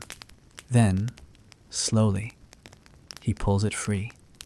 The right hand is swollen, the fingers curled in toward the palm, the skin a terrible patchwork of blue and white and blistered red. Frostbite, you realize. Deep and mean. "No glove," he says. "Dropped it in the stream." No one asks why he was near a stream. No one asks what he was doing on the road, or what made him walk through such weather without proper clothes. There are too many reasons: war, debt, orphans, disgraced sons, lost apprentices. No answer would be the whole truth. The mother rises and disappears into the back, returning with a strip of cloth and a pot of old tallow. She hands them to you, and you move to his side, gently guiding his hand into yours. It's colder than it should be, but there's still heat beneath the skin. Still life. "This will sting. You warn." He nods. You dip the cloth in the tallow and begin to wrap his hand, slowly, gently, with as much warmth as you can press into the fabric. He doesn't flinch, but his eyes glisten. "Your name?" the mother asks. "Elias," he says. "It's a name that means nothing to you, a name like any other." But you nod as if it matters. She motions toward the bench, where the children have begun to make space, curious but kind. He glances at you. "Stay," you say. It's not a question. He does. Hours pass. The warmth of the house grows thick again. The fire burns low, but steady. Elias eats slowly, carefully, savoring every mouthful as if he expects it to disappear mid-bite.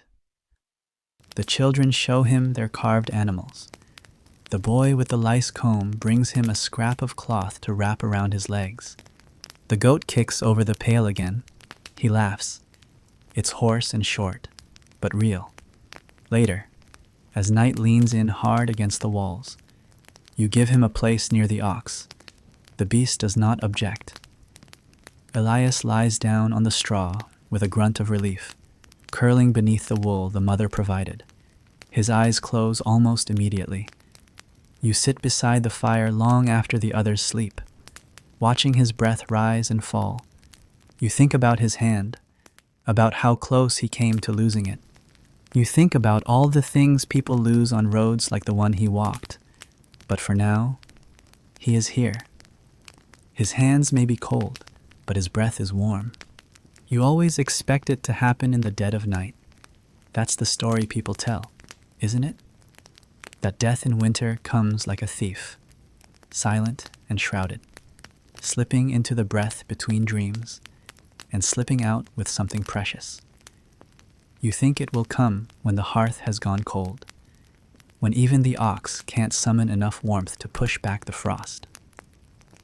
When the room has fallen into that particular kind of quiet that feels less like rest and more like retreat, but it doesn't. It happens just after dawn, when the sky outside has lightened into a pale, glassy blue that tricks the eye into believing the worst is over. When the fire has been stirred into its second life, and the smell of grain mash begins to rise from the pot. When someone has laughed at the goat stepping into the washpan, and Elias, still sore, still half asleep, has muttered something that makes the children giggle behind their hands. You're passing a blanket to the mother when you notice it. She's not moving. Not the mother, the child, the boy from last night, the one with the fever that hovered just beneath the skin, the one whose breath rasped like paper, whose sweat soaked through 3 cloths before settling into a thin, chilling damp. He is still. Too still. You drop the blanket without thinking and cross the room in 2 long strides. She already knows. His mother. She hasn't spoken. She hasn't moved. But her eyes are locked on his face, and her hands have stopped mid-motion, fingers curled around the edge of the rag she was using to wipe his brow. You kneel beside her, touch his hand. Cold. Not ice. Not yet. But cold in that strange way that doesn't belong in this room anymore. The kind of cold that doesn't respond to anything. You press your ear to his chest. Wait. Listen. Hope. There is nothing. The mother breathes in once, sharply, and then lets it go.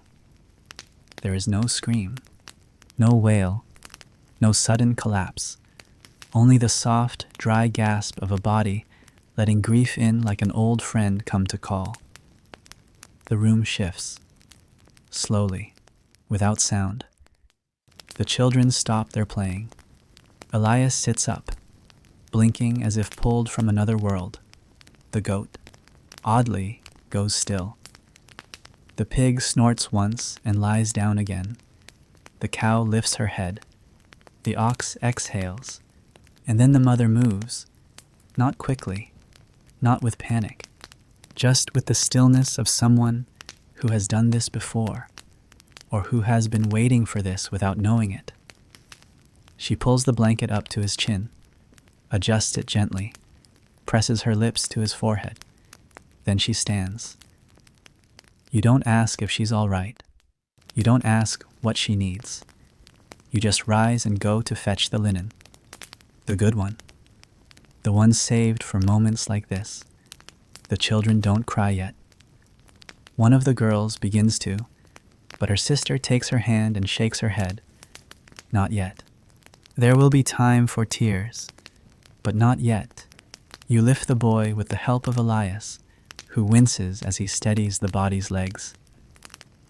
The boy is lighter than you expected, smaller, somehow. You wonder how long he'd been fighting this, how long his lungs had been too tired to explain.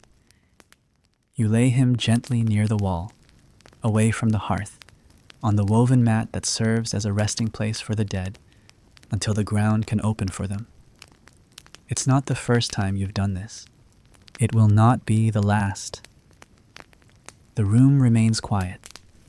The fire crackles once, too loud, then settles. The mother takes a seat beside the body and begins to hum. Not a song you know, not anything meant for comfort, just a tune. Something made of breath and history. The children sit near her, not touching, but close. They understand what space to give, and when.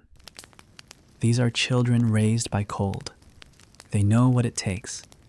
They know how to wait for grief to speak first.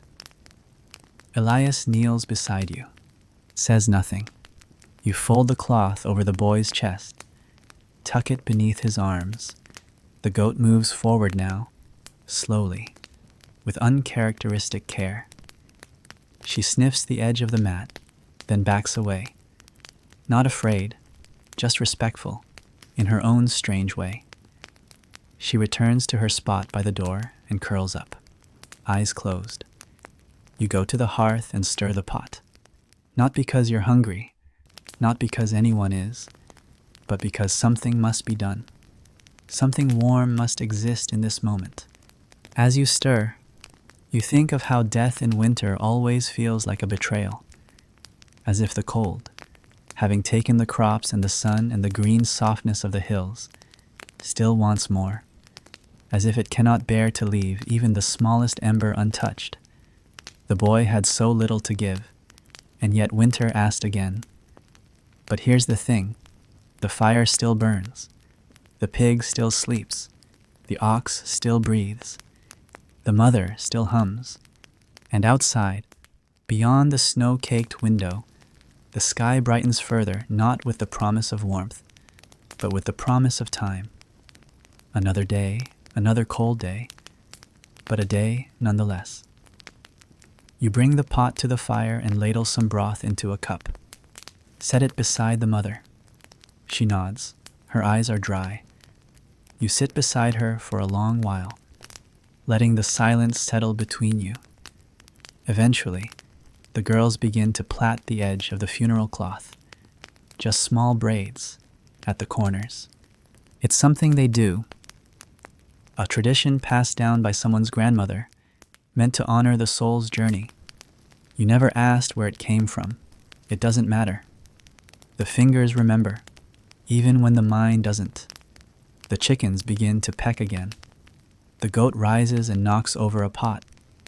The pig snorts, and somewhere behind you, a baby cries. You rise, move toward the sound. Lift the child from his pallet and hold him to your chest. His body is warm, heavy with sleep. He presses his face to your collar and lets out a shuddering breath. You press your hand to his back. You sway a little. You close your eyes. There is no comfort in death. Not here, not in winter. But there is still warmth, still breath, still something to hold.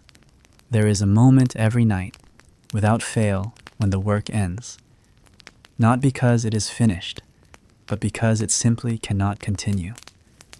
The hands are too cracked, the eyes too heavy, the woodpile too empty, the thread too frayed to pass again through the needle's eye. The room slows without announcement. Movements begin to stretch. Voices lower.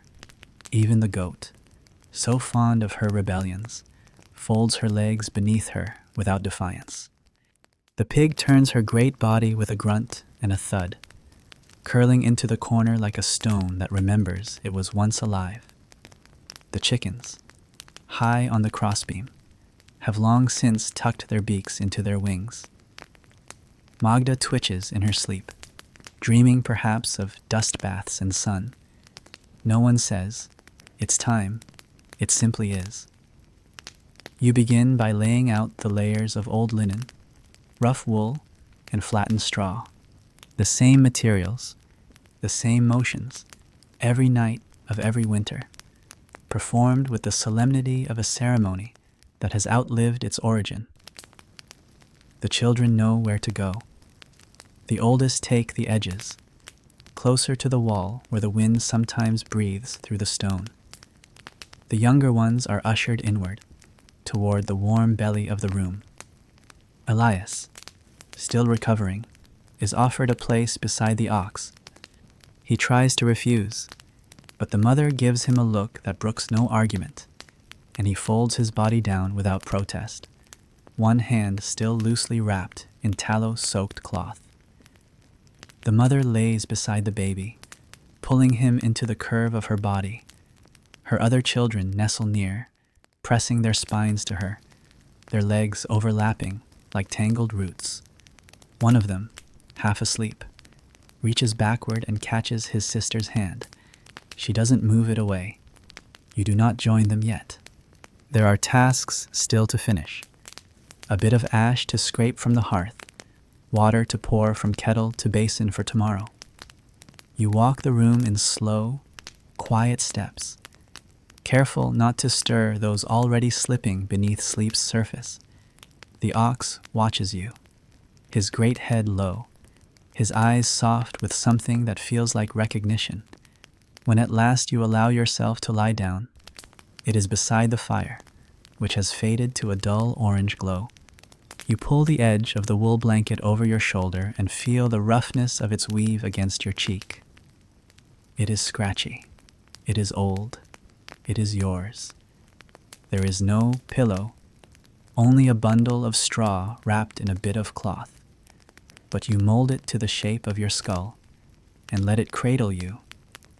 And now, the ritual begins. Not with prayers, not always. Those come sometimes, whispered out of habit more than hope. A name said softly into the straw. A request to no one in particular for one less frostbite. One more day of bread. But more often, the ritual is quieter, older than language. A series of gestures passed down from mother to child, from grandfather to girl, repeated until the body knows them even when the mind is gone. One hand placed over the belly, to feel it rise and fall. One foot rubbed against the other, to warm the toes. A deep breath, in through the nose and out through lips that part just slightly. A shift, a turn, a stillness. You hear it in the room, not the sound of sleep itself, but the lack of its absence. The absence of questions, of movement, of fear. There will still be dreams. Yes, there may be whispers, murmurs, the occasional kick or grunt, but the room has become something else now, no longer a shelter from the storm, no longer a storehouse of bodies and breath, but a cradle, large and imperfect, shared and sacred. The fire shifts. The last log splits with a sound like a sigh. You do not need to see the faces around you to know them. You know the pattern of each breath, the weight of each silence, the distance between one sleeper's snore and the next child's quiet hum. You know who curls their legs and who stretches out like a soldier in the grass, who covers their head, who clutches a doll, who bites their nails even in dreams. You once read or were told, rather, since no one here reads that noblemen sleep alone, in separate chambers, sometimes even in separate wings of their manors, with a bed large enough for 4, and silk sheets, and pillows so stuffed they must sleep sitting upright to avoid sinking into them. You cannot imagine it. The cold, the silence, the weight of that much space. Here, you have arms across your ribs, a knee against your shin, someone's breath in your hair, the sounds of animals murmuring in their own half-conscious way, the knowledge that if something creaks, if a wind grows too loud, if a door trembles on its hinges, you will all wake together. This is sleep not as retreat, but as reunion, a return to the body, to others, to the old knowledge that to survive the night, you must do it with others pressed close. The boy who died, his name lingers, though no one has spoken it since morning. It hangs in the straw, in the folded blanket near the wall, in the space where the mother's arm used to stretch wider. But grief, in this house, is woven into the fabric of every season. It is not hidden, nor dwelled upon. It is just present, as much a part of sleep as the blanket, as the straw, as the slow, rhythmic song of lungs filling and emptying, again and again. You roll to your side, feel your hip protest against the floor, adjust the wool beneath you. Someone mutters in their sleep. Another child begins to snore. Outside, the wind passes again, not howling, not screaming, just moving, just doing what wind does. The goat sneezes. The ox shifts. The pig lets out a small, contented grunt. And then stillness. Not silence, but stillness. Your hand rests over your ribs now. You count the breath. 1, 2, 3. You stop counting. There will be dreams. There may be stirrings. The fire may die, and someone will rise to poke it with the smallest stick. The baby may cry, and a hand will rise without thought to rock him back. But for now, the ritual is complete. You sleep not like someone escaping, but like someone returning. Because in winter, the greatest prayer is not for joy, it is for rest. It always begins the same way. There is no snow in this dream, no wet cloth clinging to your shoulders, no smoke from the hearth stinging your eyes. The floor beneath your feet is no longer cold-packed earth, but soft meadow. You are barefoot, and the grass bends beneath your toes, not with brittleness, but with welcome.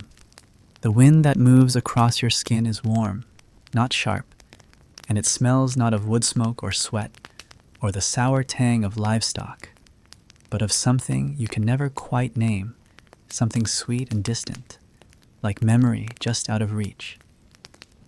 You walk, and the walking is effortless. No aching knees, no heavy boots, no goat nudging your shin. You glide, your arms loose at your sides, your hands open. There is a hum in the air, not of bees, exactly, but something close. A sound that has weight, but not volume. A presence in the sky that neither threatens nor hurries. The clouds are white and slow. The light is honey-colored, soft as wool and just as comforting. You know this place, though your waking self has never seen it. You know it in the way you know the backs of your fingers or the sound of your own breath. It is the place that waits beyond the frost. The one whispered about in every spring-telling story, half promised to children when the fire runs out early and there's only turnip soup to drink. It is the place you do not dare speak of aloud. In this dream, the animals are there too, but changed. The cow walks through a golden field, unhurried, her hooves pressing delicate prints into the moss. The pig roots at the base of an apple tree in full blossom. The goat, of course. The goat is perched atop a sun-warmed stone, surveying the land like a queen at rest. Even the chickens, now sleek and bright-feathered, scratch and peck in a tidy circle, clucking to one another as though gossiping over fresh barley. You feel something pressing into your palm. You look down. A flower, not placed, grown there. A tiny white thing, stem thin as thread, petals cupped like a secret. You pluck it gently. It doesn't wilt. And when you lift your eyes again, you are not alone. The boy is there, the one who died. He stands at the edge of the field, not far, but not near either. His feet are bare too. His hands are clean. The fever is gone from his cheeks, and the breath that once rattled now comes with the steadiness of a summer breeze. He doesn't smile, exactly, but there's light in his face. You don't speak, neither does he, but the silence between you is not the silence of absence. It is the silence of knowing. You walk toward him. He turns and begins to run, not to escape, but to lead, and you follow. Faster now. Legs light, wind lifting your hair, the flower still in your hand. You crest a hill, and before you stretches a valley of impossible green, rolling, endless, unbroken. There are no fences, no lean-tos, no broken plows or empty wood piles. Only space, only warmth. He points, and there, on the far side of the field, is the house. Your house, but not. The walls are upright and strong. The roof is whole. No thatch missing. The door hangs straight. No need for twine or stubborn latches. Smoke curls from the chimney, dark and fragrant, not choking. Laughter, real laughter, bubbles from inside. And when the boy looks at you again, you see it in his eyes. He is home, and so are you. But even as you take a step forward, something in your bones begins to ache. Not painfully, just insistently.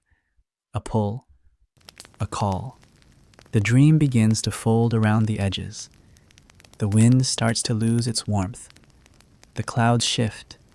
The sky dulls by a shade. He does not panic. He does not flee. He simply steps back into the green and vanishes. You do not cry, because this, too, is part of the ritual, the return. When you open your eyes again, the room is still dark. The fire has slipped into coals. The bodies beside you are still curled like commas in a long, unfinished sentence. The ox's breath rises in rhythm. The goat kicks once in her sleep. The mother stirs and pulls the baby tighter. Magda shifts on her perch. And you remember, not everything, not clearly, only the green, only the flower. Your hand is empty now, but something lingers. You close your eyes again, not to sleep, but to hold on to what remains. Because sometimes the dream is not a lie. Sometimes it's a promise. And in the depth of winter, that's enough to wake for. And enough, just barely, to fall asleep again. There are mornings when no one speaks, not from sadness, not from silence imposed, but because speaking feels like cracking the ice on a well that's frozen smooth. It is not cold that keeps your tongue still, but the weight of knowing too much is already shared without words. This morning is one of those. You rise, slow and sore, from the bed of woven straw and tired wool. The heat from the fire is long gone, and the chill in the room has found your joints like a returning thief. A few embers glow, but they are modest, weak, almost ashamed. You crouch and stir them anyway, out of habit, not hope. They flicker a little brighter, enough to paint your fingertips in orange and shadow. You glance around. They are all still sleeping except for her. The mother sits by the fire, unmoving, her knees drawn up to her chest, arms wrapped tightly around them, her chin tucked against the wool shawl that always smells faintly of milk and ashes. She's not looking at anything in particular, just watching the coals like they might remember her son better than she does. You don't speak. You settle beside her and add another scrap of dung to the fire. It catches, reluctantly, then begins to crackle. The light touches her face, and for a moment, you see the lines carved deeper than they were yesterday. Not new lines, just newly visible. He used to steal the ends of bread, she says after a while. Not looking at you, you nod. He'd say it wasn't stealing if he asked with his eyes. You smile, a small thing, and she almost does too. Almost. You say nothing else, because that is enough. Behind you, the house begins to stir. A cough, a yawn, the rustle of wool and straw and limbs untangling. The pig stretches, hooves splayed like an overgrown child. The ox shifts, steady and quiet. The chickens begin their muttering chorus. Even the goat, ever the contrarian, waits a few moments longer than usual before rising. Breakfast is not a meal today. It is emotion, a collection of gestures repeated because the body still moves. The bread is hard, the broth thin, the air damp, but everyone eats, slowly, carefully, together. Elias sits cross-legged near the hearth. cradling his wrapped hand like a sleeping bird. The fever in his cheeks has faded. He does not speak much, but when he does, the others listen. Not for wisdom, he is too young to claim that, but because his voice has the sound of someone who has walked through wind that could strip the soul from your skin. He tells them about the river crossing, the bridge that no longer stood, the nights spent in the hollow of a fallen tree, the sound wolves make when they pass you by. He speaks without drama, without expectation, just words, just memory.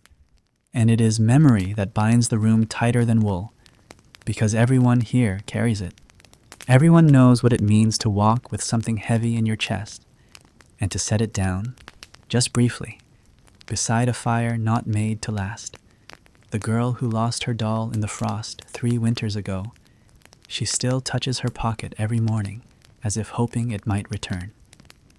The boy with the louse-bitten scalp still flinches when someone raises a hand too fast. The old hen, Magda, carries a crooked wing that never healed right, broken by a dog long gone but not forgotten. And your body remembers hunger even when your mouth is full. It's all the same burden, carried differently, shared silently.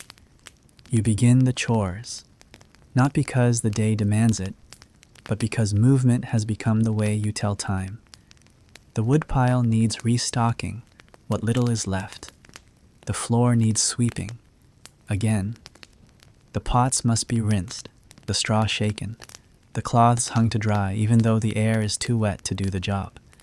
You and Elias step outside together. The cold hits, like it always does suddenly, unfairly, but this time you're ready. The two of you trudge to the edge of the pen where the last of the chopped wood leans against the fence, covered with a cloth that has frozen into a sheet. He pulls the edge, and it cracks like parchment. You load the wood in silence, arms aching. You don't speak about the frostbite, or the boy who died, or the fire that barely lived. You just work. And somehow, that is louder than talking. As you turn back to the cottage, you glance at the path leading away, the one he arrived by, snow-packed and shadowed. Do you think you'll keep going, you ask, almost without thinking. Elias doesn't answer right away. Then, not yet. That is enough. Inside, the mother is combing her daughter's hair. The child winces, but does not protest. The pig knocks over a bowl. The goat eats a scrap of parchment meant for kindling. The ox chews slowly, blinking at nothing. The fire accepts the new wood with a groan and a glow. You sit beside the hearth and take the basin to scrub. The water is cold. Your fingers go red, but your hands move on, the way hands do when hearts are too full to speak. And that's when it happens. The girl, the smallest one, the one who had not spoken all morning, rises from her place and walks to the blanket folded near the wall. The one the boy used, the one no one had touched. She picks it up, carries it to the fire, and lays it over Elias's shoulders. He blinks. She does not meet his eyes. She just returns to her place and curls back up, hands over her knees. No one says a word. But in that moment, something moves. Not outside, not in the walls or the roof or the hearth. Inside, where burdens shift, where memory meets mercy, where warmth is no longer borrowed, but given. And as the fire crackles, and the room breathes, and the cold waits patiently just beyond the door, you realize that this, too, is how survival happens. Not in grand rescues, not in endless strength, but in the passing of a blanket, the lifting of a cup, the silence shared between those who know and choose, still, to stay. There is a rhythm to it, strange and solemn, half choreographed, half clumsy, an unspoken ballet of bare feet, heavy limbs, stiff backs, and rustling cloth. It happens every morning. though no one marks it on a calendar. No one counts it aloud. You simply know when it begins. The light from the window slat shifts from blue to gray. The fire, now mostly ash, sends up a lazy curl of smoke that draws no warmth. A breath deeper than others comes from the ox, and someone, perhaps the pig, perhaps the goat, makes a sound halfway between a snore and a grunt. And then it starts. The morning shuffle. You are not the first to move. That honor belongs to the eldest daughter, always. Her feet hit the floor with care, not because she is quiet by nature, but because she has learned too many mornings of stepping on someone's hand, of knocking over the clay cup left too close to the bedding. She pulls her shawl over her shoulders and makes her way toward the basin without a word. Next is the goat. She rises as if summoned, stretching with the satisfaction of a creature who never doubts her right to space. Her hooves click over the stone, brushing past bedrolls and sleeping limbs. She nudges the fire pit, sniffs the empty bowl, knocks over the water ladle, then snorts with indignation, as if someone else is to blame for its placement. You sit up slowly, pressing your palm to the small of your back. It pops, not painfully, just as a reminder that you've slept on straw and stone and hard-worn muscle. The chill is still in the air, but it is the usual chill, now the manageable kind.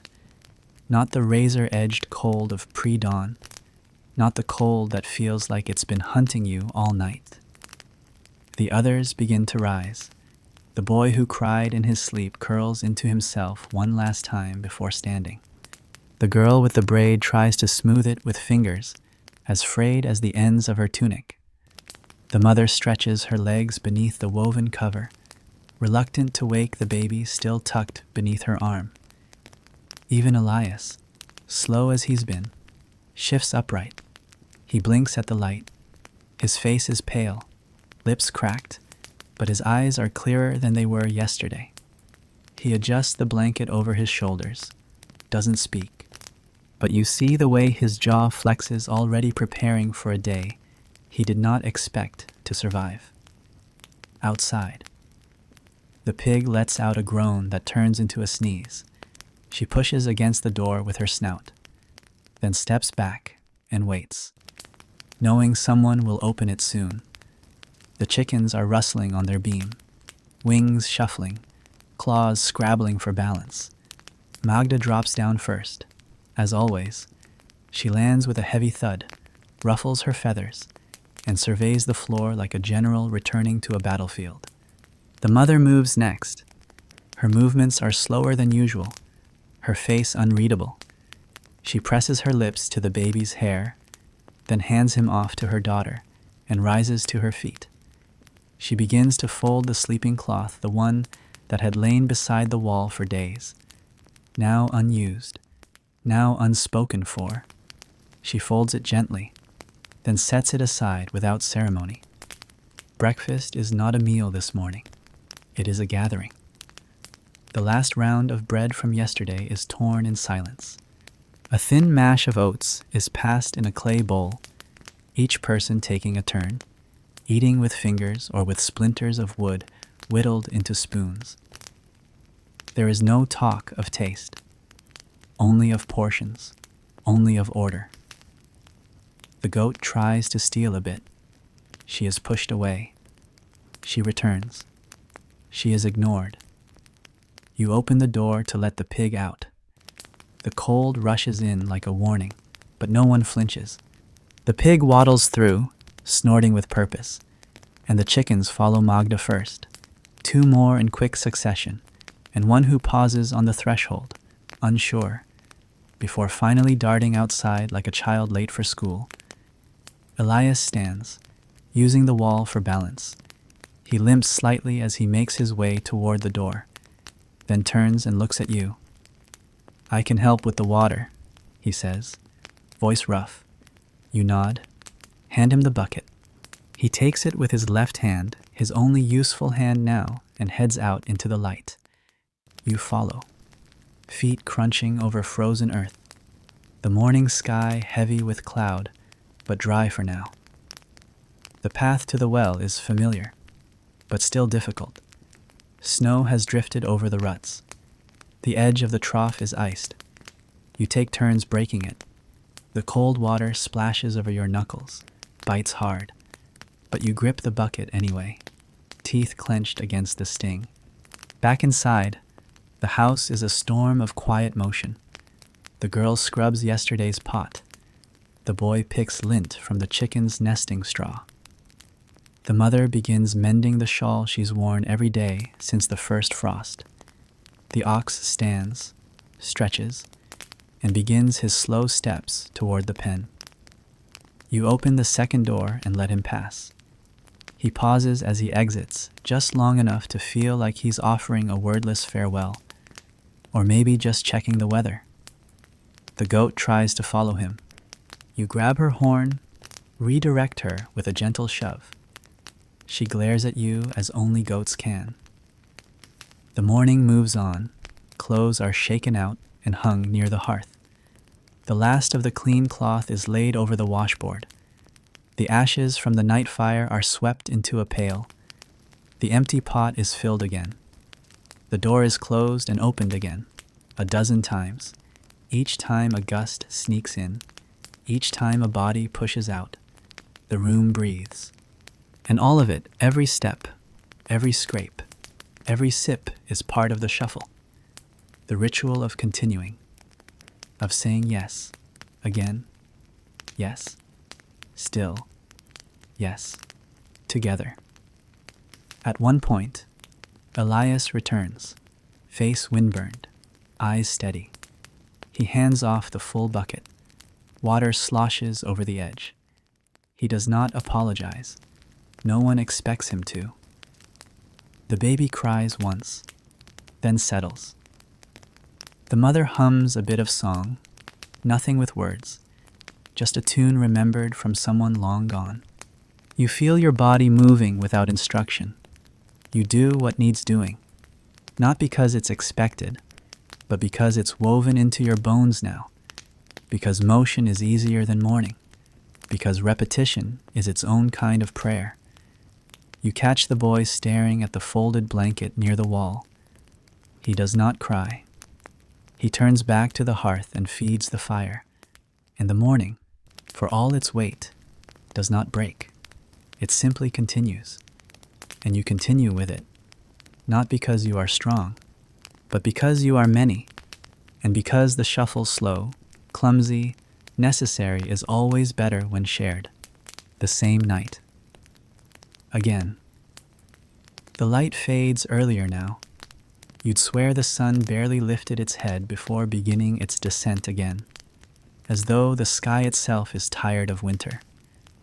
By mid-afternoon, the shadows have already grown long, pooling beneath the ox's hooves and stretching across the packed earth floor like old, familiar fears returning to take their places.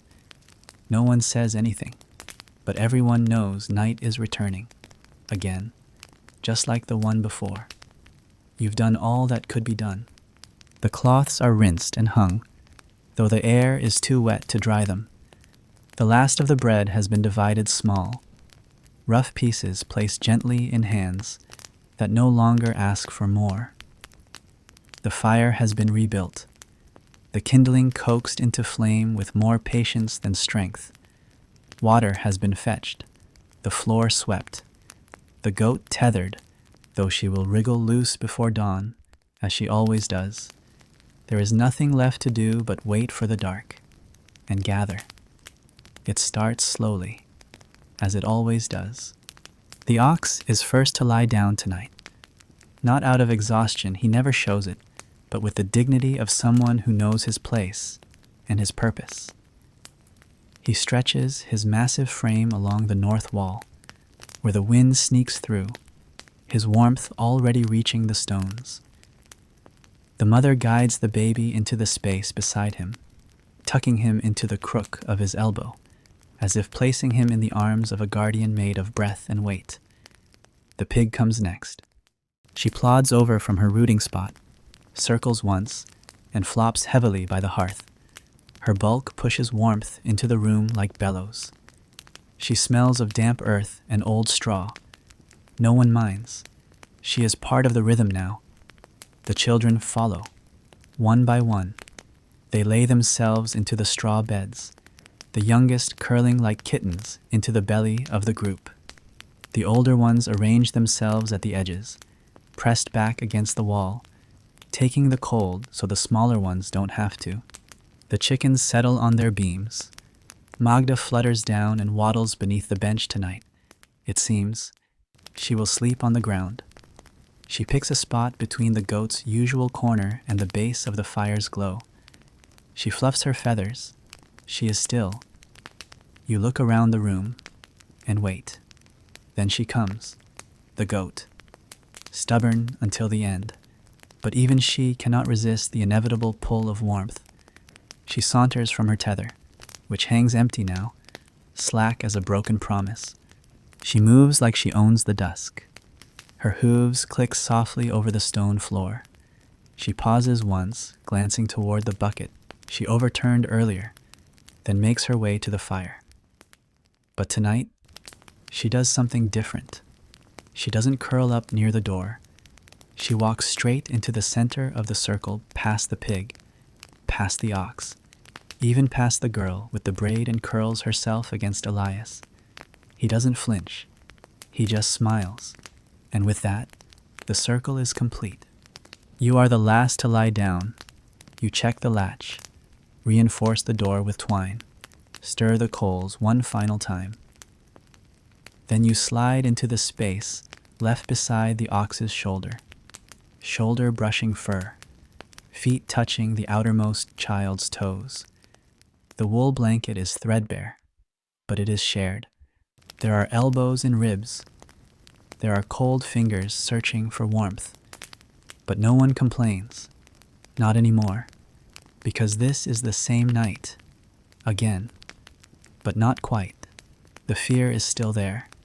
The cold is still there. The weight of the missing child still lingers in the air like the ghost of smoke. But something else has arrived too. Something earned. Trust. Not the blind kind. The kind that grows when you have survived things together that tried very hard to break you. The mother draws the blanket tighter around the baby. One child begins to hum off-key, but gently. The pig groans in her sleep. Magda lets out a quiet, feather-fluffing sigh. The ox breathes.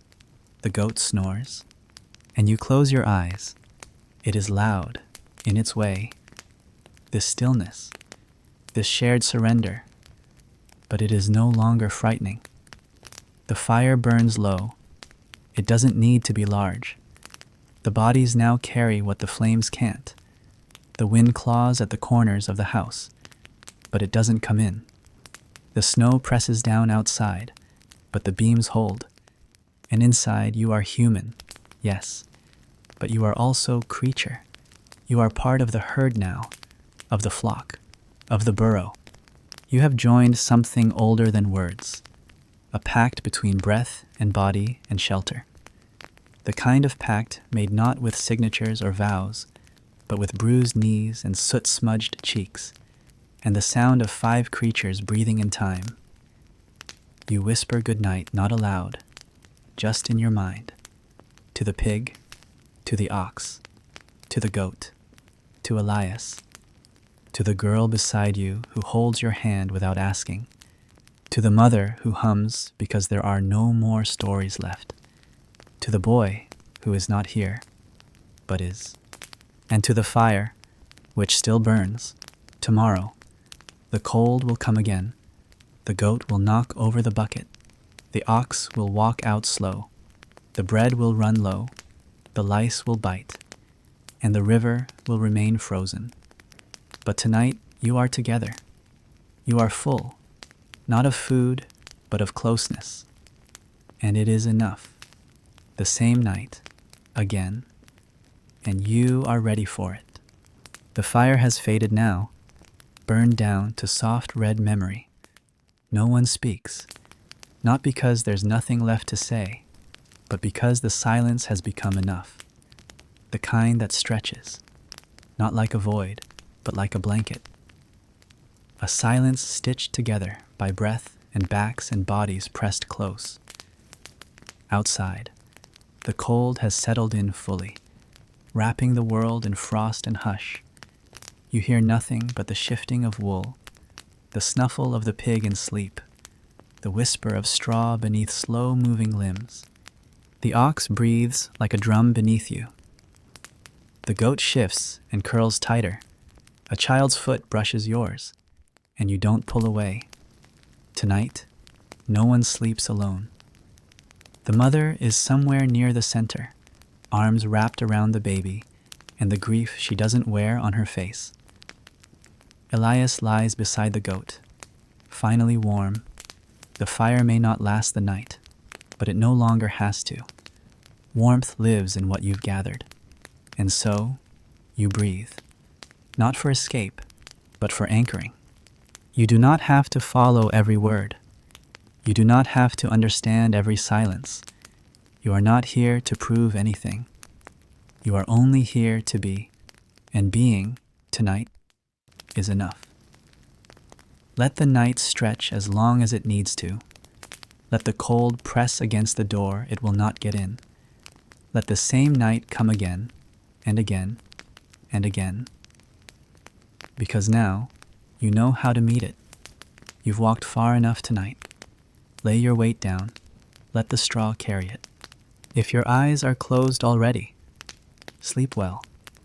And if you're still awake, just know you're not alone in the dark. I'm still here.